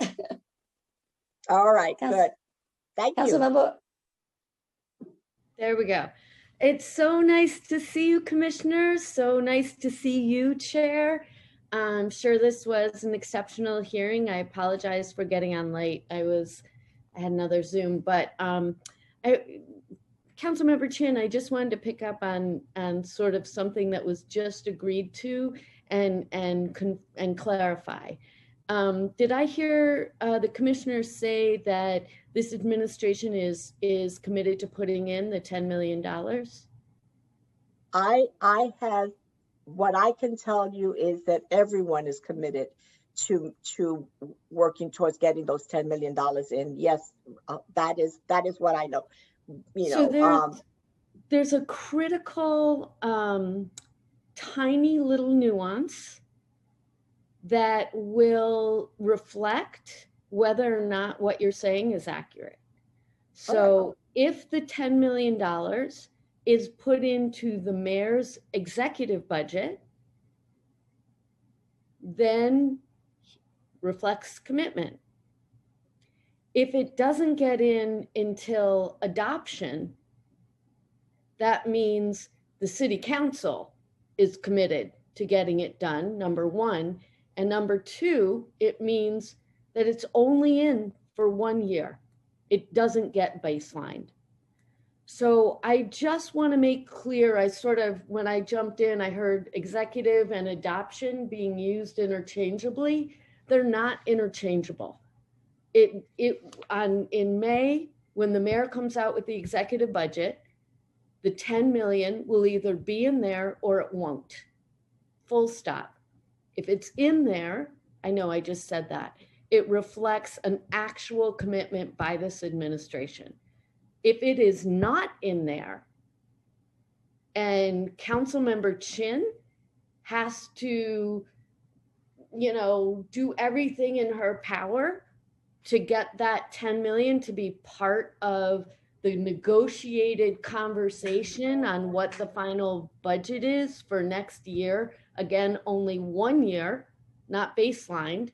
And if I remember correctly, this is a change in the model. So there's no way it could just be done for 1 year. It must be baselined.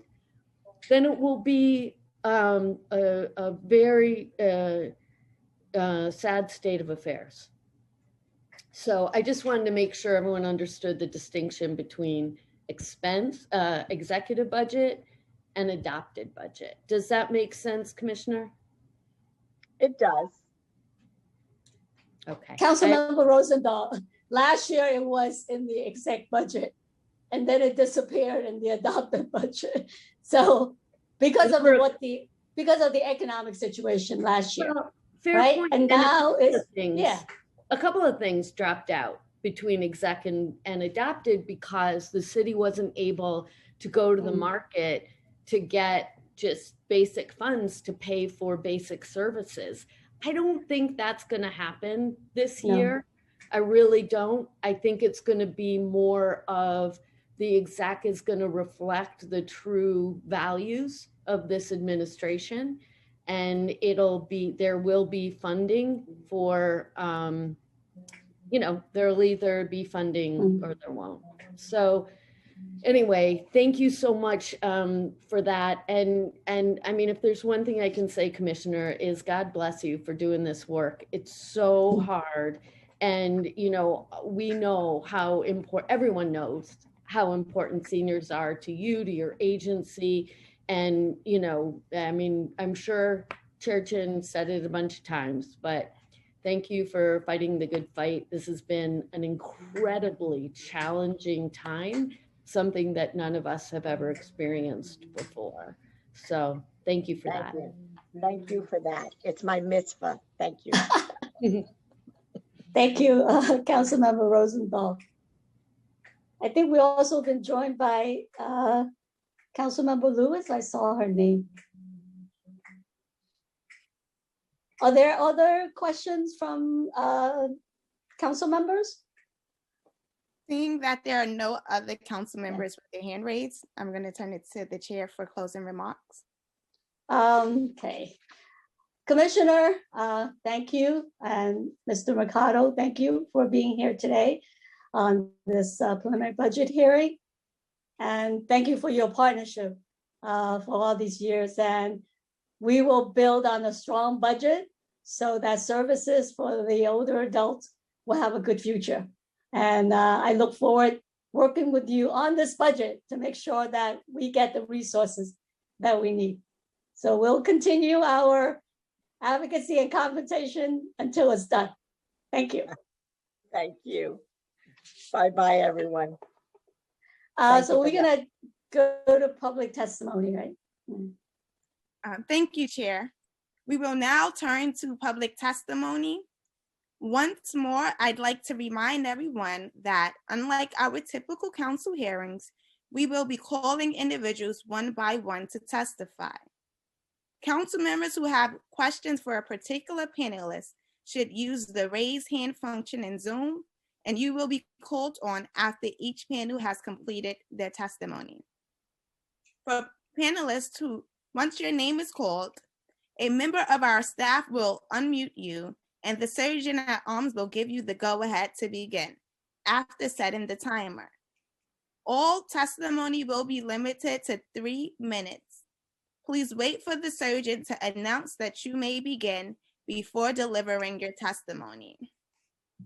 The first panelist will be Caitlin Andrews from Live On New York, Tyra Klein from United Neighborhood Houses, and Beth Finkel from AARP. I will now call on Caitlin Andrews to begin. Time starts now.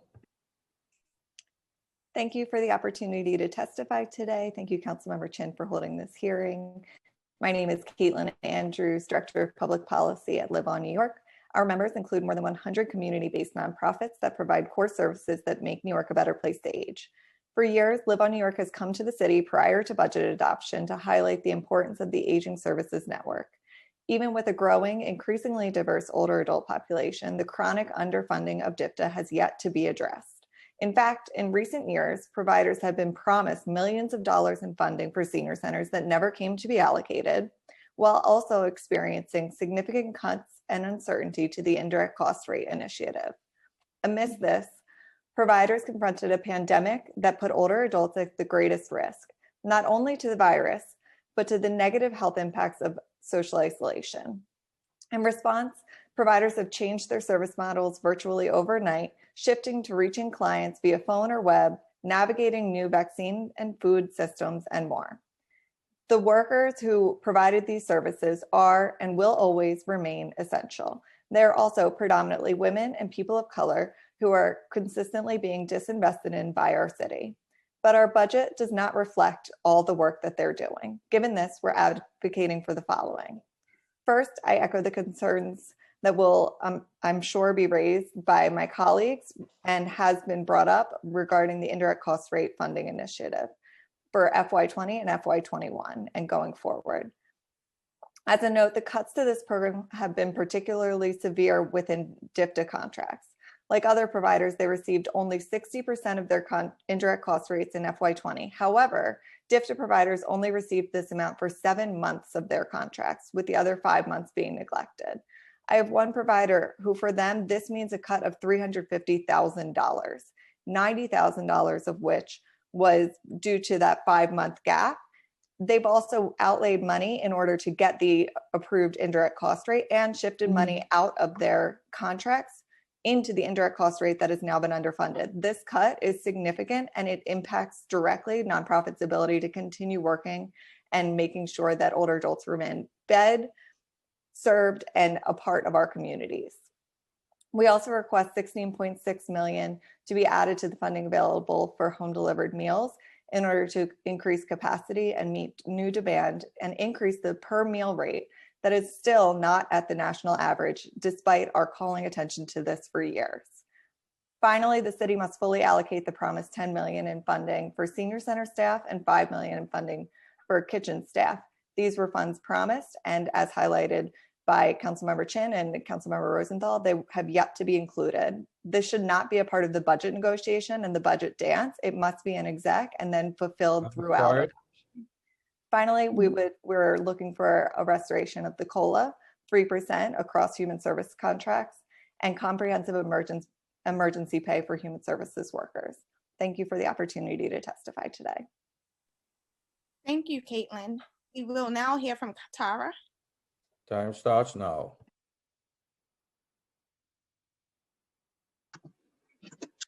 Thank you, Chair Chin and council members, for convening today's hearing. My name is Tara Klein. I'm a senior policy analyst with United Neighborhood Houses.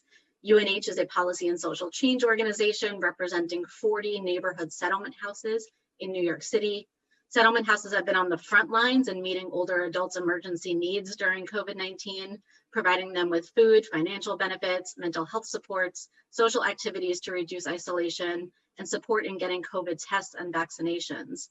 While we're glad that DFTA's budget did not see cuts in FY22 prelim, we need to ensure that funding is increased in targeted ways to ensure older adults can continue to receive life-saving supports. My written testimony includes many more details, and I just want to summarize the points here. First, we need to include the $10 million in model budget funding for senior centers.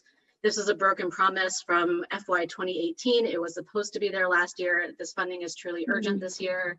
We also need to include the $5 million in additional funding for senior center kitchen staff.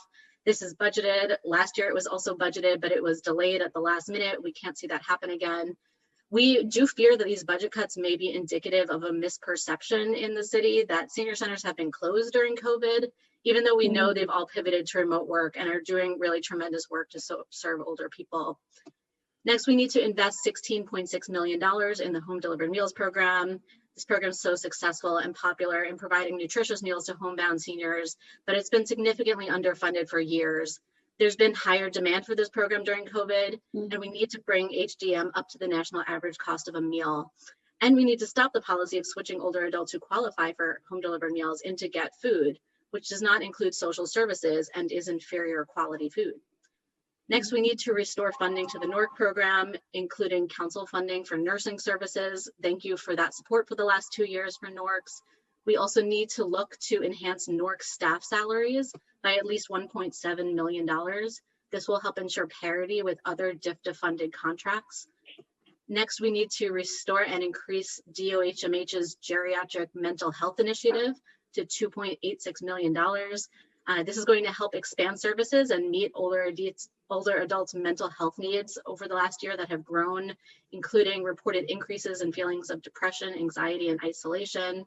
We need to restore and baseline all recurring one-year administration funds and council aging initiatives to at least their FY20 levels, reversing last year's cuts. That includes restoring the Healthy Aging Initiative. And we need to fully fund the indirect cost rate initiative and support the human services sector through a 3% COLA. And finally, we continue to call on the administration to delay the Older Adult Center RFP.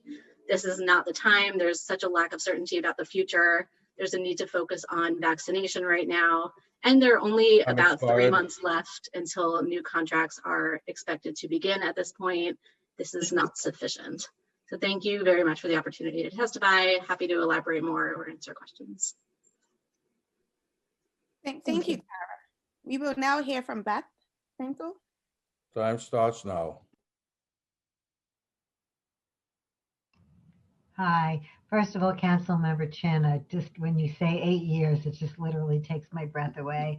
You have left us such a wonderful legacy, and you've set the mark for future chairs of aging, and I love that you're going to keep fighting for us this last year and have an even greater lasting legacy. So we thank you so much. We salute you.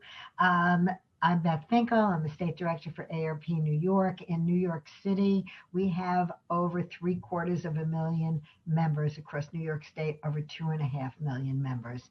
And so we really feel like we need to weigh in on the budget for 2022. We've been hearing from everyone about the issues and we agree, so I'm just going to hit on the strong points. But the most important point, which I know people have said, I've got to say it again, less than 0.5% of New York City's budget is allocated for older adults, and that is unconscionable. We have to start right from there at the get-go. It is the biggest number of growth of any demographic group, and yet the percentage of the budget never improves. It's kind of like a total disregard. Yep.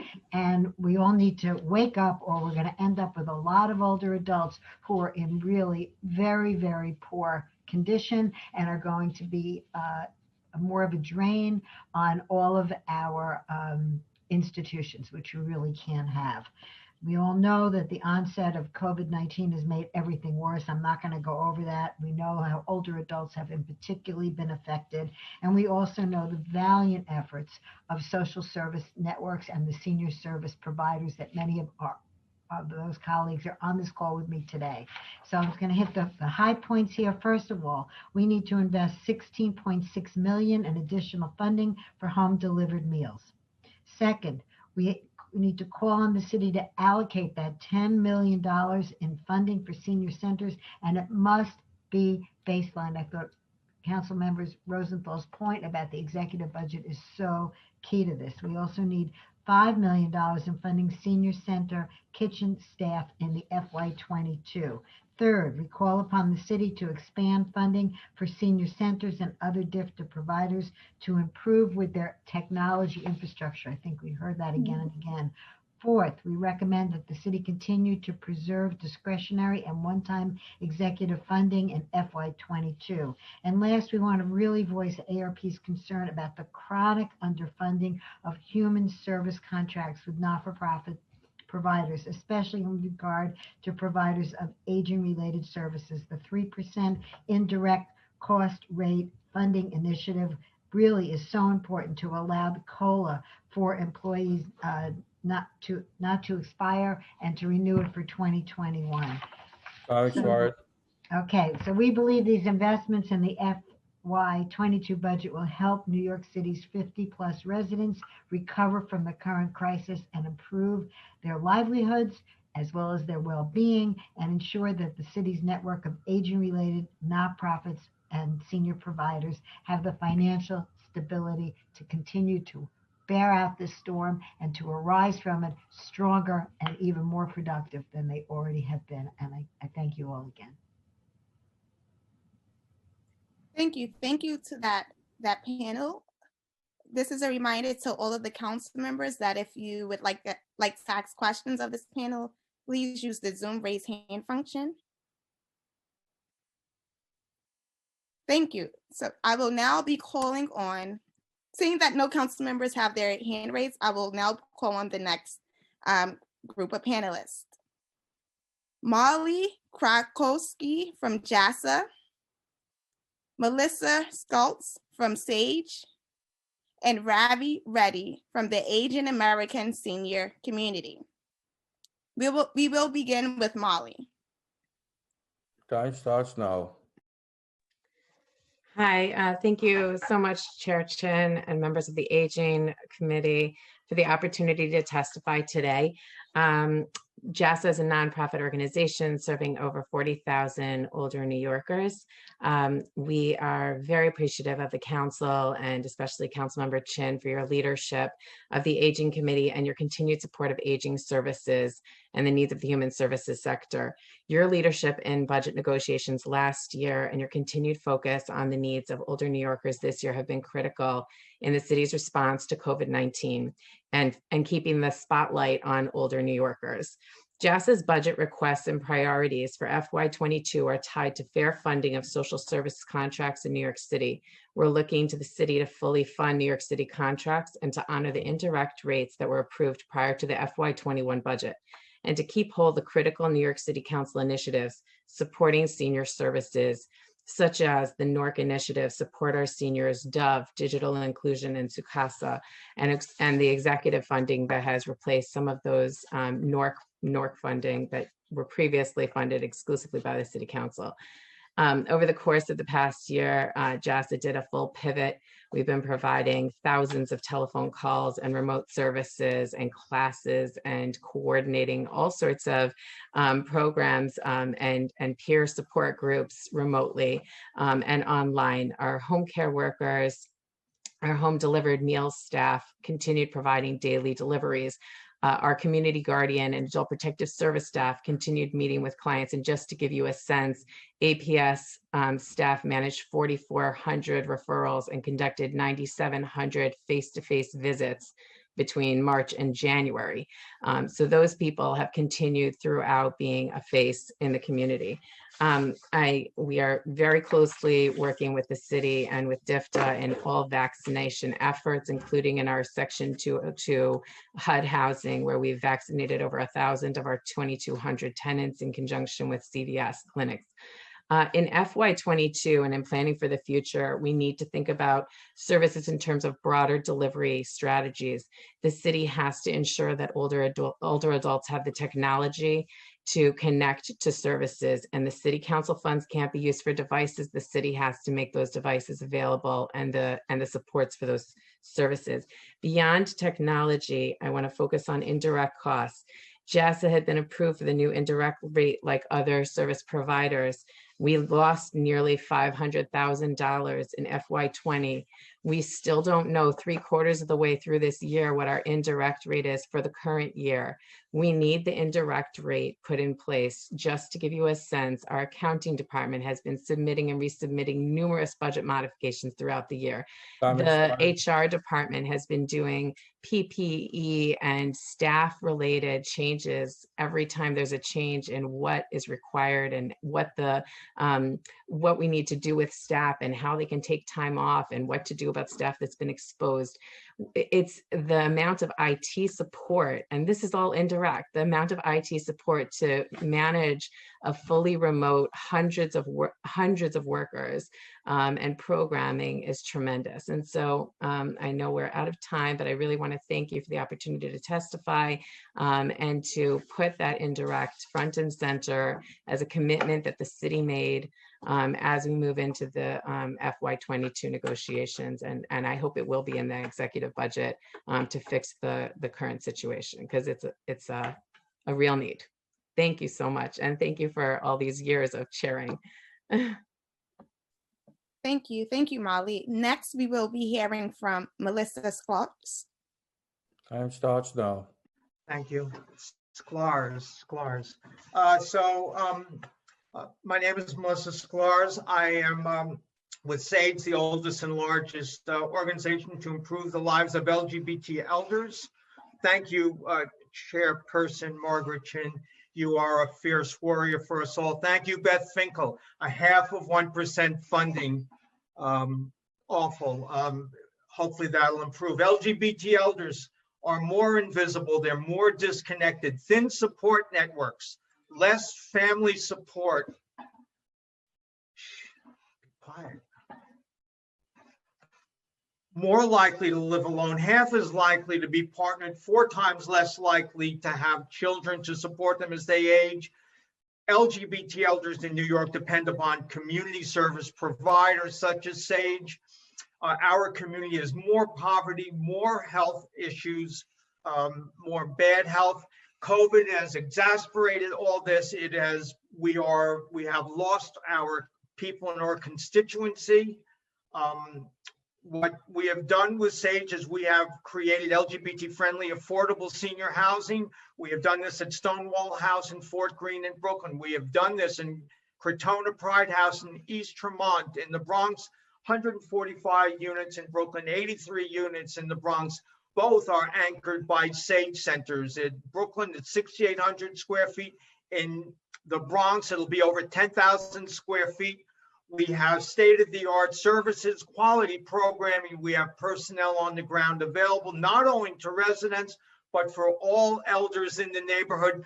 Both of these will join our network of 6 different SAGE centers throughout the city. They will be a beacon.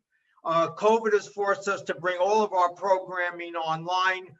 We have, in spite of COVID, created new programs such as SAGE Sense to help elders with their finances, and SAGE Connect to fight isolation and connect them with trained volunteers. We've even helped with vaccine appointments, something that was unimaginable as recently as 2 years ago. I'm here today to ask the council, in their endless support of us, for a restoration of our funding. Our SAGE centers, especially the new ones in Brooklyn and the Bronx, will be everything that all of our other centers have been. They will provide people, community, places to go, support, and they will grow, and it'll be like a pebble in a pond. It'll ripple out throughout the rest of the neighborhood and support this. So the council has been great. I look forward. You have all of my written information. I don't have to go into the numbers now. And thank you again, Margaret Chair.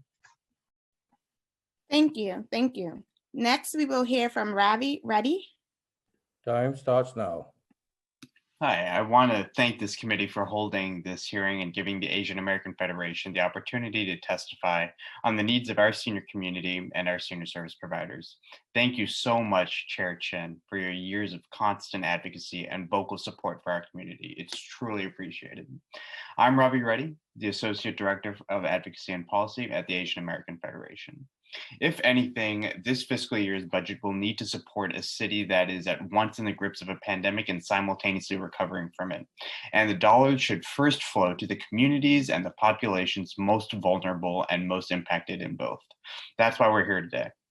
We're here because 13% of the city's senior population are now Asian. Among our seniors, 1 in 4 Asian New Yorkers live in poverty, and 72% of Asian seniors have limited English proficiency and comprise more than 2/3 of the senior population in many neighborhoods across Brooklyn and Queens.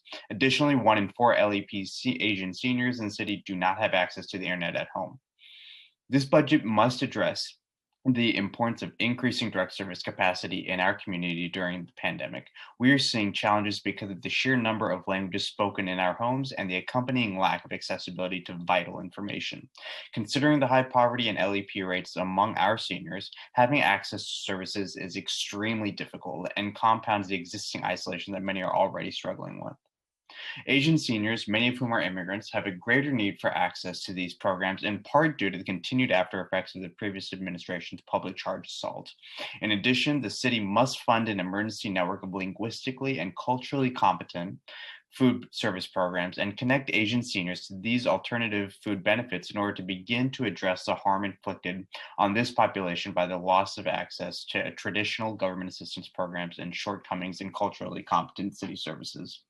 And while Asian New Yorkers comprise at least 10% of the population in more than half of the city districts, while the other half have some of the fastest growing Asian populations, from fiscal year 2002 to 2014, the Asian American community received a mere 1.4% of the total dollar value of New York City's social service contracts, a reflection of a broader long-term trend. But our senior service member agencies are working beyond capacity in support of our elders, and they're creating and innovating processes to make sure our seniors are getting the services they need as efficiently and safely as possible. One example is using meal delivery service to conduct mental health wellness checks with trained volunteers in Queens, or sourcing culturally competent food from farmers growing Asian vegetables in Brooklyn. From May to November alone, AAF helped 6 senior serving organizations to serve almost 3,000 seniors with nearly 20,000 food services and 8,500 assurance calls. Nevertheless, as City Council works on this year's budget, council members must keep in mind the persistent inequities in city contracting practices and the systemic barriers facing our community-based organizations seeking the dollars the council is allocating for this year. Contracting processes must prioritize the CBOs that have the expertise needed to make the most of every dollar in our communities by giving greater weight to organizations with demonstrated track records of serving low-income, underserved immigrant communities with linguistic and cultural competency. Our CBOs are leading by example in the provision of direct services, from providing wraparound services that include mental wellness checks to allying with food suppliers that provide culturally competent food. With the looming budget cuts, our advocacy efforts and budget ask is that our nonprofits be provided with enough resources to protect essential services to support our elders. We understand the city is in dire financial straits, but CBOs have led by example in how to spend city dollars effectively, and this moment presents an opportunity for this city council to show that New York City can still lead by example in protecting its most vulnerable. We are the Asian American Federation. Thank you for allowing us to testify and look forward to working with all of you to make sure our senior communities get the support they deserve. Thank you. Thank you. Thank you to this panel. Seeing that no council members have their hands raised. Okay. Chair Chen. Yeah, I just wanted to thank the last 2 panel, the advocacy organization and the service provider for all your great work, especially during the pandemic in serving our seniors and the most vulnerable seniors. And I look forward to working with you to make sure that we get a strong budget this year, that we can increase more. Hey, get us to 1% at least, right? To start off with. So we gotta continue to advocate. I urge all of you to also reach out to other council members, district that you serve, to help us with this advocacy, because we can't do it just by ourselves. I need all my colleagues on board, colleagues on the budget negotiation team, and colleagues across from all districts. So get your members to help us and to get the support. Thank you. Thank you, Chair. Seeing that no other council members have their hand raised to ask questions, I will now call on our next panel. The next panel will be Rhonda Soberman from the Visiting Nurse Services of New York, Rachel Sherrow from City Meals on Wheels, and Kimberly George from Project Guardianship. We will first begin with Rhonda Soberman. Time starts now.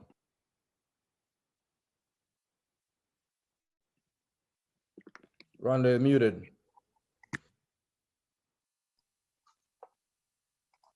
Okay, can you hear me? Yes, we can hear you. Okay, good morning, Chair Chin and members of the City Council.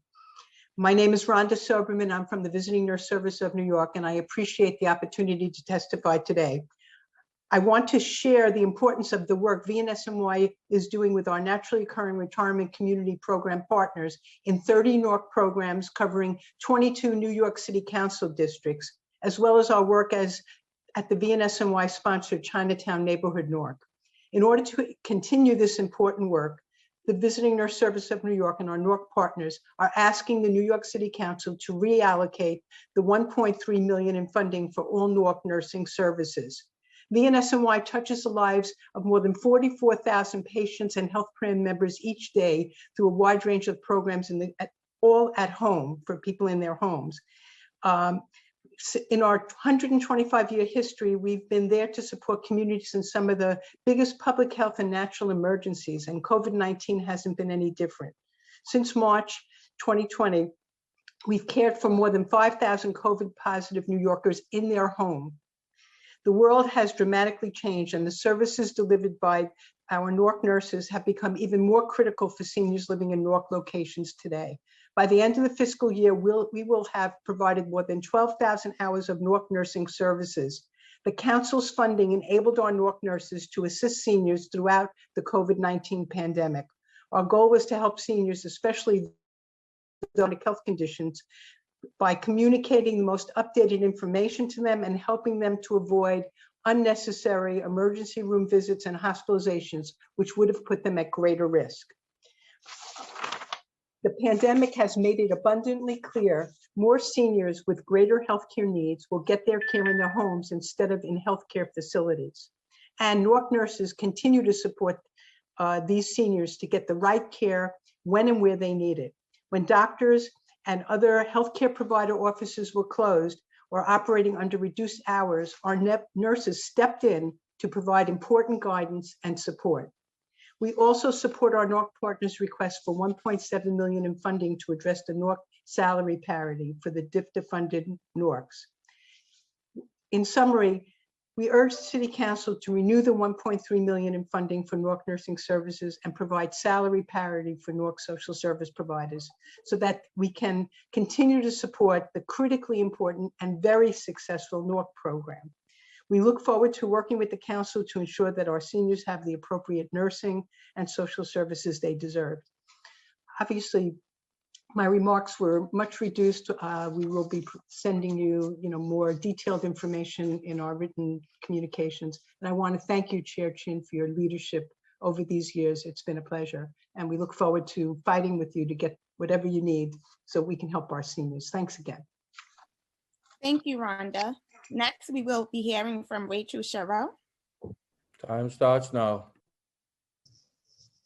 Hi, just to pile on what everybody else has been saying, I would like to begin by thanking you, Chair Chin, for your compassionate dedication and advocacy throughout the years, and for dignity and greater support of senior services and for City Meals on Wheels. We certainly appreciate that.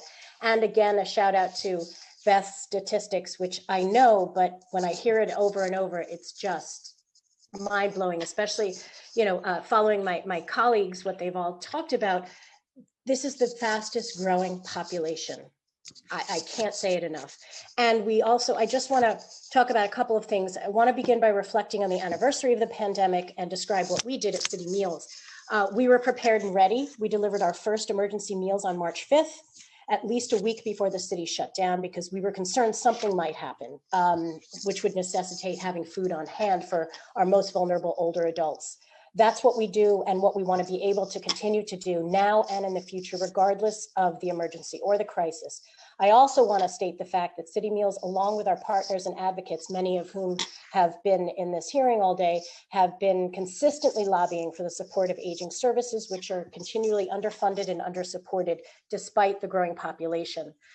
We really want to emphasize how important home delivered meals are. Throughout the pandemic, the services remain seamless, even when the city shut down services. And as a sector, aging providers have always known how critical our services are, but not more so than in the current environment, when Meals on Wheels staff are literally essential workers, making sure their recipients don't go without food or a friendly face, risking their own lives to maintain a lifeline for our elderly neighbors. Most crucial is the situation we currently obviously find our vulnerable and hungry older adult neighbors in. We know that our population is needy and hungry throughout the year, pre-COVID, during COVID, and it will continue. Home delivered meals is so essential in ensuring at least one nutritious meal a day is available to consume. Reliance on home delivered meals, as everyone else has talked about, has only increased since the pandemic and has reassured many new recipients that they're not forgotten. We just really want to underscore how much DFDA needs more support in home delivered meals, and obviously when senior centers reopen.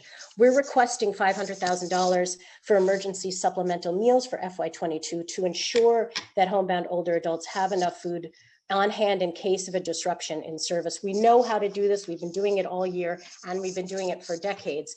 We also want to support the $25 million in reauthorized emergency meals funding, of which we were lucky enough to get some of it, in order to continue the work we do with a population not served by any other emergency feeding group. And as we move through our incredible 40th year, we thank you as our partners. And I did forget to say my name, it's Rachel Sherrill, and I'm the Associate Executive Director at City Meals. And I thank you very much for this opportunity. And we will be out there to help you no matter what you need from us.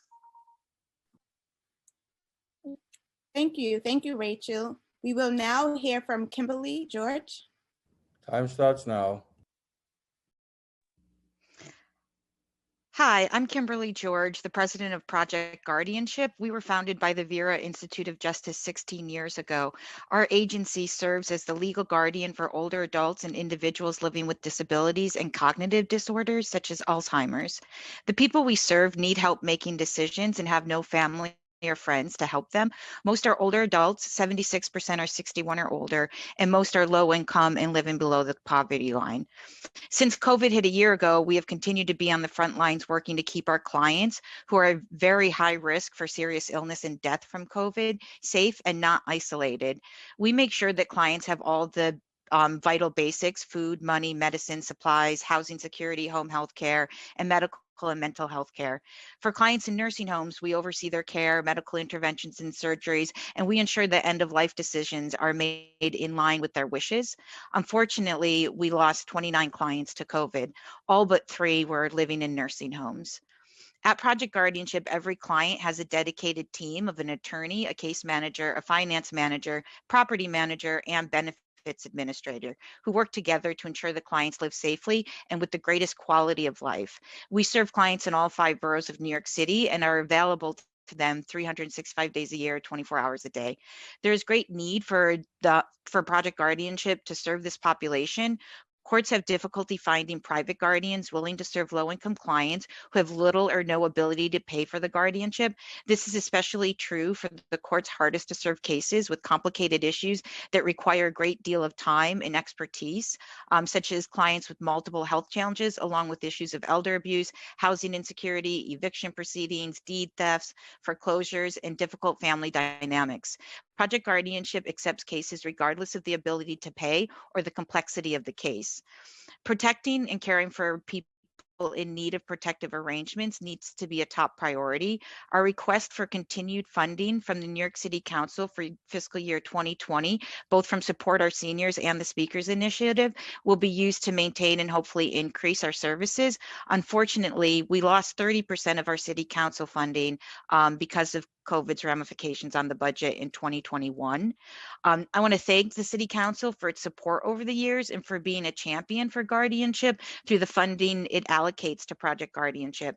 City Council support is critical for us because other funding sources for this service are scarce. The guardianship system relies on the person under guardianship having assets to pay for their guardian. The publicly funded guardian programs in New York City are only accessible for people in adult protective services system.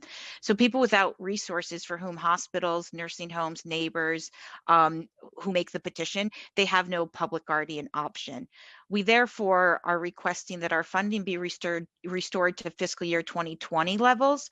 Funding will provide benefits to the community because we specialize in helping clients remain in their home or return home from a nursing home. Nearly 60% of our clients live in their own homes. Thank you to the City Council members, Chair Chin, and the committee for inviting me to testify today. Thank you. Seeing that no council members have their hand raised, I will now turn it to our next. Chair Chin.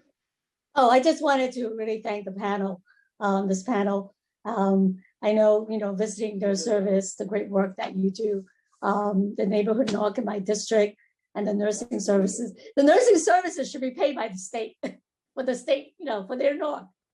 Why are we paying for it? I think a lot of it is really advocating to make sure that the state give us the fair amount of money that we deserve. And City Meals, thank you for your service during the COVID. I know that you're also helping, with the distributing vaccine information. I mean, this is the infrastructure that we have already. And that's why we kept advocating with the city, utilize our senior service providers to get information out to seniors on the pandemic, on how to get a vaccine. Infrastructure is there. They got to just provide the resources and the support.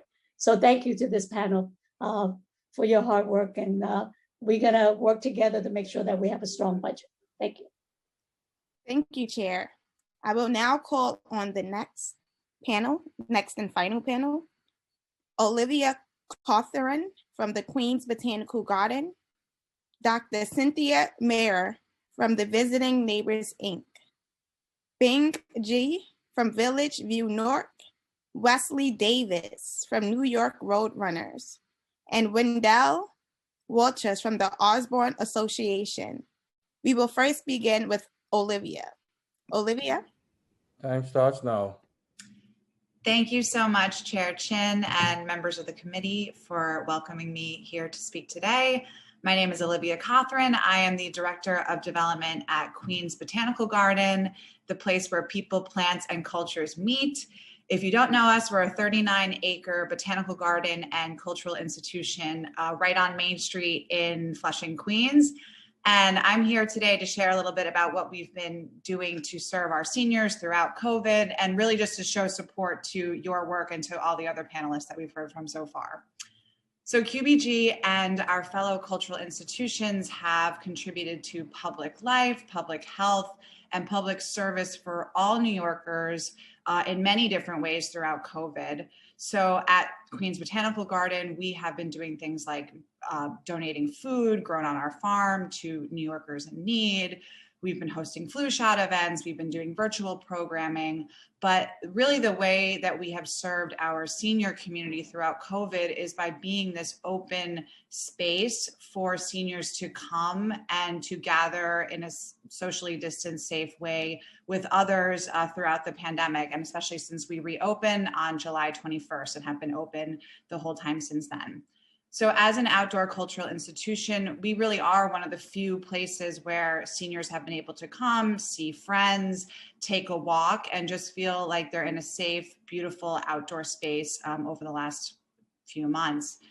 And every single day we have Tai Chi at the garden. I know that was spoken about earlier. So we have groups of Tai Chi practitioners who come to the garden.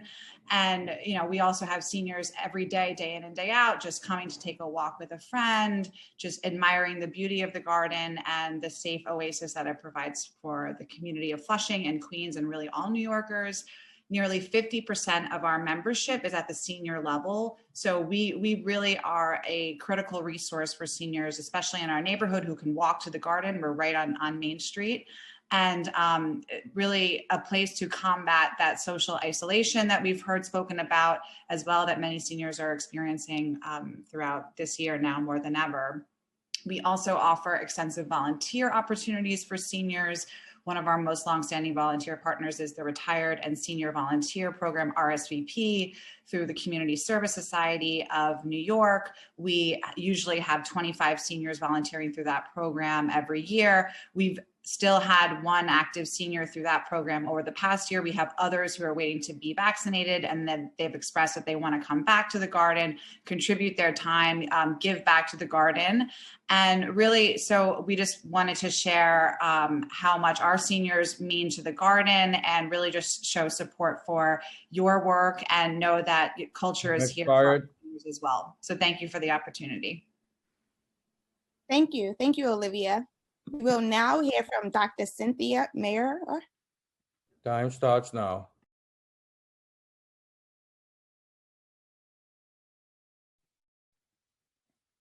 Dr. Cynthia, we cannot hear her. Okay, Yes. now you get, okay, got it? Good. The park is gorgeous, by the way. My name is Cynthia Maurer with Visiting Neighbors, and I want to thank Margaret Chin and the council for being tremendous supporters of us. First of all, I want to let you know that because of your support, we were still able to be here. We were on the front lines from the beginning of this pandemic. We were go, go, go, go. Our volunteers were active and connected to the seniors. We worked with 1,400 seniors, and many of them weren't our clients. We serve about 1,000 people. We took on other new people through this pandemic that needed help. Seniors were frightened, they were nervous. It's unbelievable how much has happened. It's been basically a whirlwind. But because of the support, we were able to provide telephone reassurance and not just a check-in call. We had those. Are you okay? Is everything all right? But tremendous amount of counseling and support. People were depressed. People were upset. People didn't have accurate information.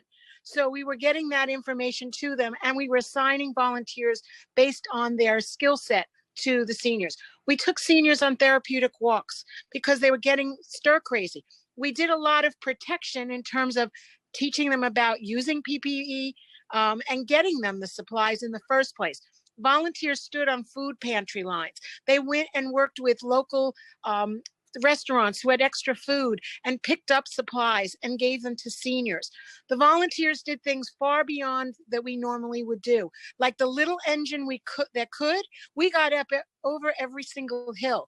But we did it because we had the financial fuel that the council and of course that senior initiative enhancement that Margaret Chin helped us get enabled us to be here for our people. Our clients are amongst the oldest 85 plus. We have 75% are over 80, 33% are over 90, 90% live alone, 97% are in limited fixed incomes. Most of our seniors are not in a position to have family or friends around. 90% of them are isolated and alone. And we were a lifeline, a connection, family.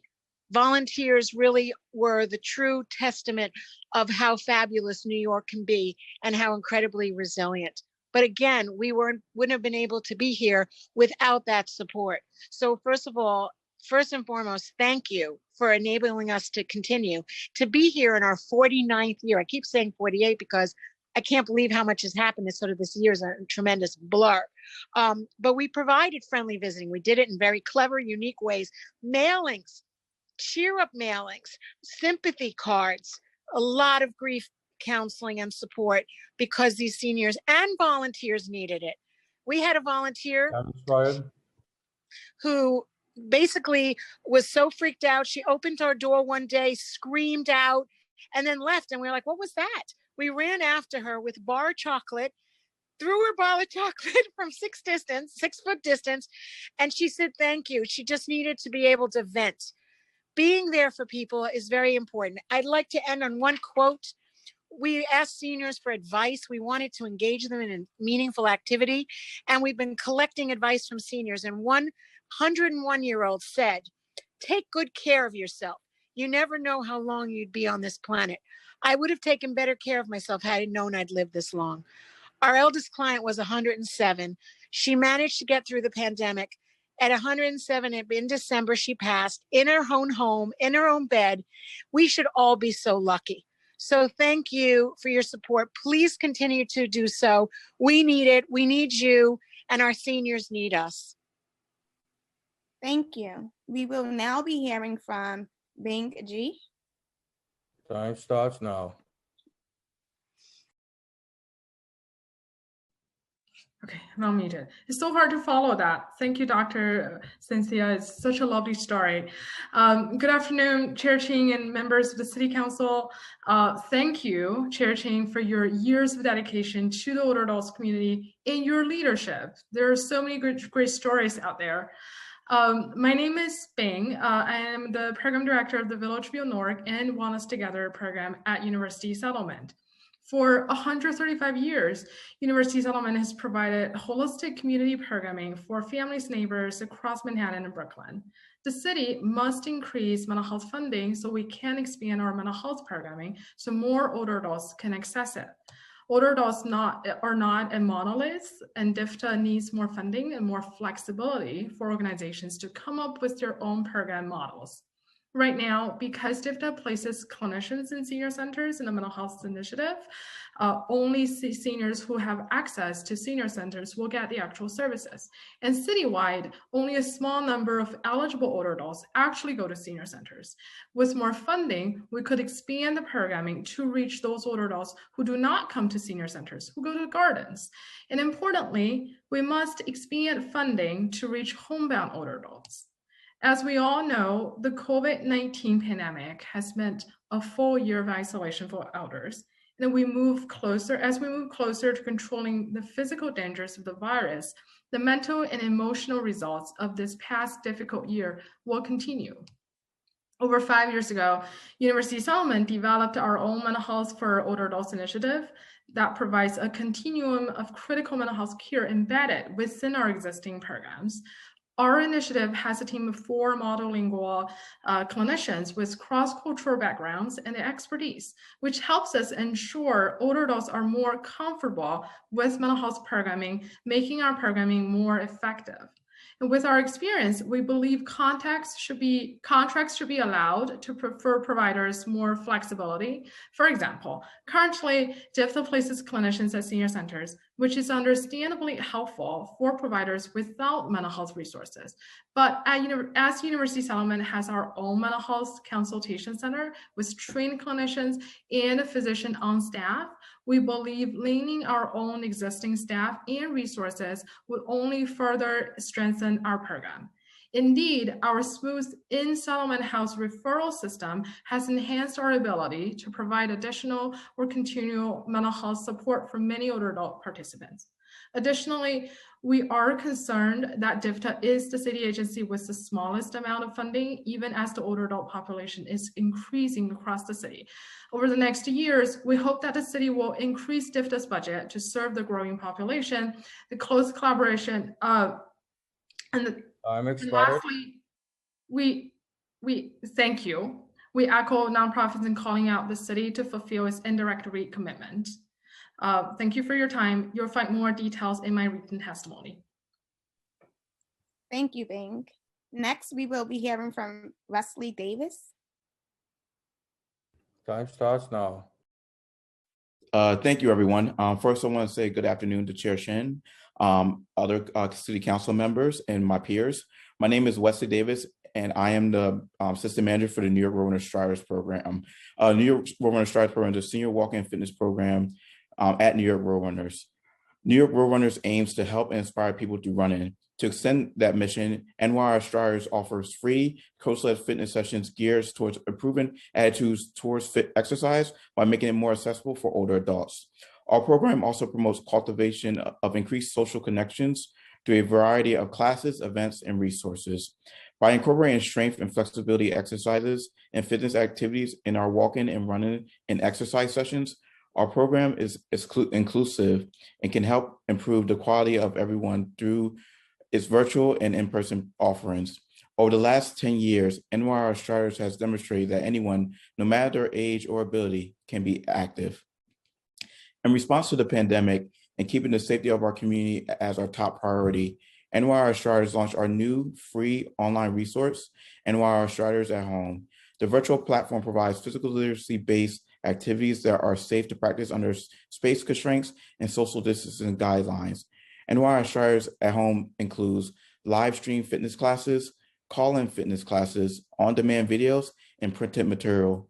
Through these resources, we are able to ensure that our participants in underrepresented communities needing this resource beyond our in-person audience are able to access it without barriers. NYR respectfully asks the New York City Council to consider our request to support our free citywide virtual fitness and social connection program for New York City seniors. Despite the dire need for health-based services for seniors during the COVID-19 pandemic, the Council's Healthy Aging Initiative was cut in FY21, effectively defunding NYR's work with seniors from the city budget, which was supported under the initiative for many years. With our FY22 request, we are hoping to restore our funding so our effective Striders program could continue to be offered free virtually and digitally, and our in-person pending guidance from city, state, and DFTA officials in the coming budget year. In the wake of the COVID-19 pandemic, NYR believes more than ever in the power of our organization to help New York City seniors and older adult population. Our experts, inclusive closures, are key partners with city agencies, and our unique ability to produce both in-person and virtual resources that are effective and engaging for people of all ages to stay healthy, active, and socially engaged during this difficult time. Thank you again for allowing me to testify. Thank you, Wesley. Now we will be hearing from Wendell Waters. Time starts now.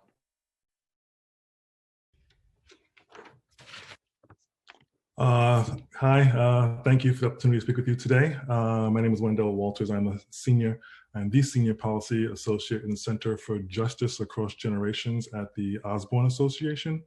Osborne is a criminal justice organization that provides a wide range of diversion and reentry programs at sites in the Bronx, Brooklyn, Harlem, Buffalo, Newburgh, as well as services in 32 New York State prisons and 6 New York City jails, including Rikers, of course. My testimony focuses on older adults returning from incarceration. Today, there are more than 8,000 people over age 50 in New York State prisons. They represent 25% of our state's prison population, and that number will probably be growing in the coming years.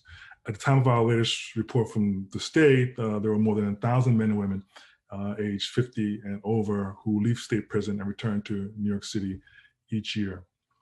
I want to thank the City Council, of course, and the Committee on Aging and the chair and her leadership, which has been so significant over the past 8 years. And particularly like to thank Council Member Daniel Drum. I know he's not part of the committee, but I want to thank him for his leadership in passing the Compassionate Assistance for Returning Elders Act, or we call the CARE Act, which established a temporary interagency task force that included DFTA to examine the needs of older adults post-incarceration. Although the task force has not been able to meet consistently over the past year due to the COVID crisis, headway is now being made to ensure ensure elder reentry recommendations around housing, healthcare, and the expansion of existing services in the coming months. Osborne is seeking City Council funding in the amount of $150,000 for Elder Reentry Initiative, or ERI. ERI provides case management and support for elders returning to New York City from city jails and state prisons. Since fiscal year 2017, ERI has helped more than 400 elders with transition planning, referrals to health services, housing, peer mentoring, social isolation support, and a wide range of other support in the community while maintaining a recidivism rate for those released from prison of less than 2%. The program works to improve community receptivity and access to responsive geriatric services for our elders. We also partner with senior centers, hopefully they'll reopen soon, to increase referrals, cross-train service providers in healthy aging and corrections to ensure city agencies and providers are better able to address these co-occurring challenges. A more detailed description of the program will be submitted for the record. Osborne is also developing our own model of reentry housing for returning elders. We've begun construction on the Fulton Reentry Center, a former work release building turned community in the Bronx that will have 135 transitional beds and programs for the formerly incarcerated. Construction should be completed next year.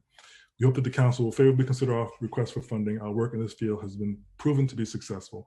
More and more individuals of advanced age are coming home to New York City after being away for many years. They have unique challenges that must be met, and Osborne is here to help them. Thank you so much for the chance to talk to you this afternoon. Thank you, Wendell. Chair Chin, do you have any remarks? Yes, I really wanted to thank this panel. It's always, I'm very happy to see Cynthia. We've gone a long way in supporting visiting neighbors. And I still don't understand why DFTA does not have a contract with you to do the service when they're starting all these programs about volunteers and visiting when you have the expertise for the past 49 years. And I'm just grateful for all the volunteers that you've trained and taking care of our most vulnerable senior. And those stories are really great. And we will continue to support you in the city council. And the, I forgot your name, but Bing, yeah, from University Settlement. Well, that Village View North is a city council North. The city council supported it. I think Councilmember Rivera, because the Village View is in her district. And that is from city council discretionary funding, which is not baseline. And that's why we need to advocate for more baseline funding for North, because we should be starting more Norths. And we started the initiative. And hopefully the administration will learn from us and provide more funding to develop more North, because that's a direct way of providing services directly to our seniors. And I do want to thank all the advocates who came to testify today for your service, for your great work, especially during this pandemic. I mean, Queens Botanical Garden, I wish you were in every borough, but you're only in Queens and Brooklyn.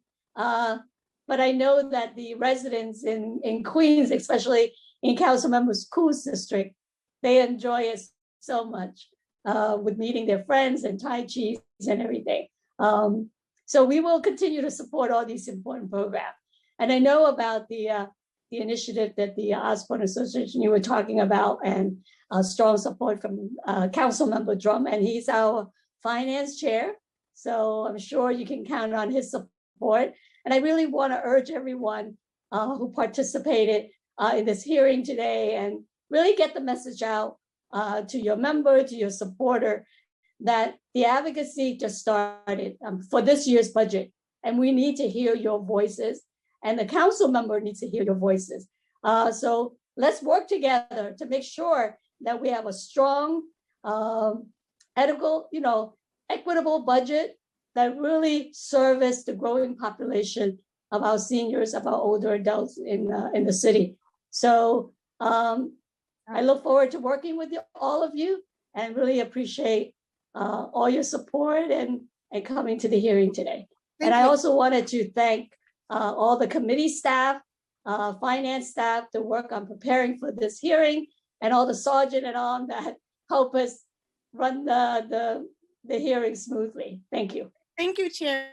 Thank you, Chair. Before we pass it on to Chair for final closing remarks, I just wanted to make sure that we we got everyone who registered to testify. So if we inadvertently missed anyone that would like to testify, please use the Zoom raise hand function and we will call on you in the order in which your hand is raised. Seeing none, we have concluded public testimony for this hearing. I will now turn it back to Chair Chen for some closing remarks. I think I already did my closing earlier. And so once again, thank you to everyone for joining us today at our budget hearing for the Department for the Aging. And we look forward to working with all of you to make sure that we have a strong, equitable budget for our older adults in New York City. So thank you again and have a wonderful day. The hearing is adjourned.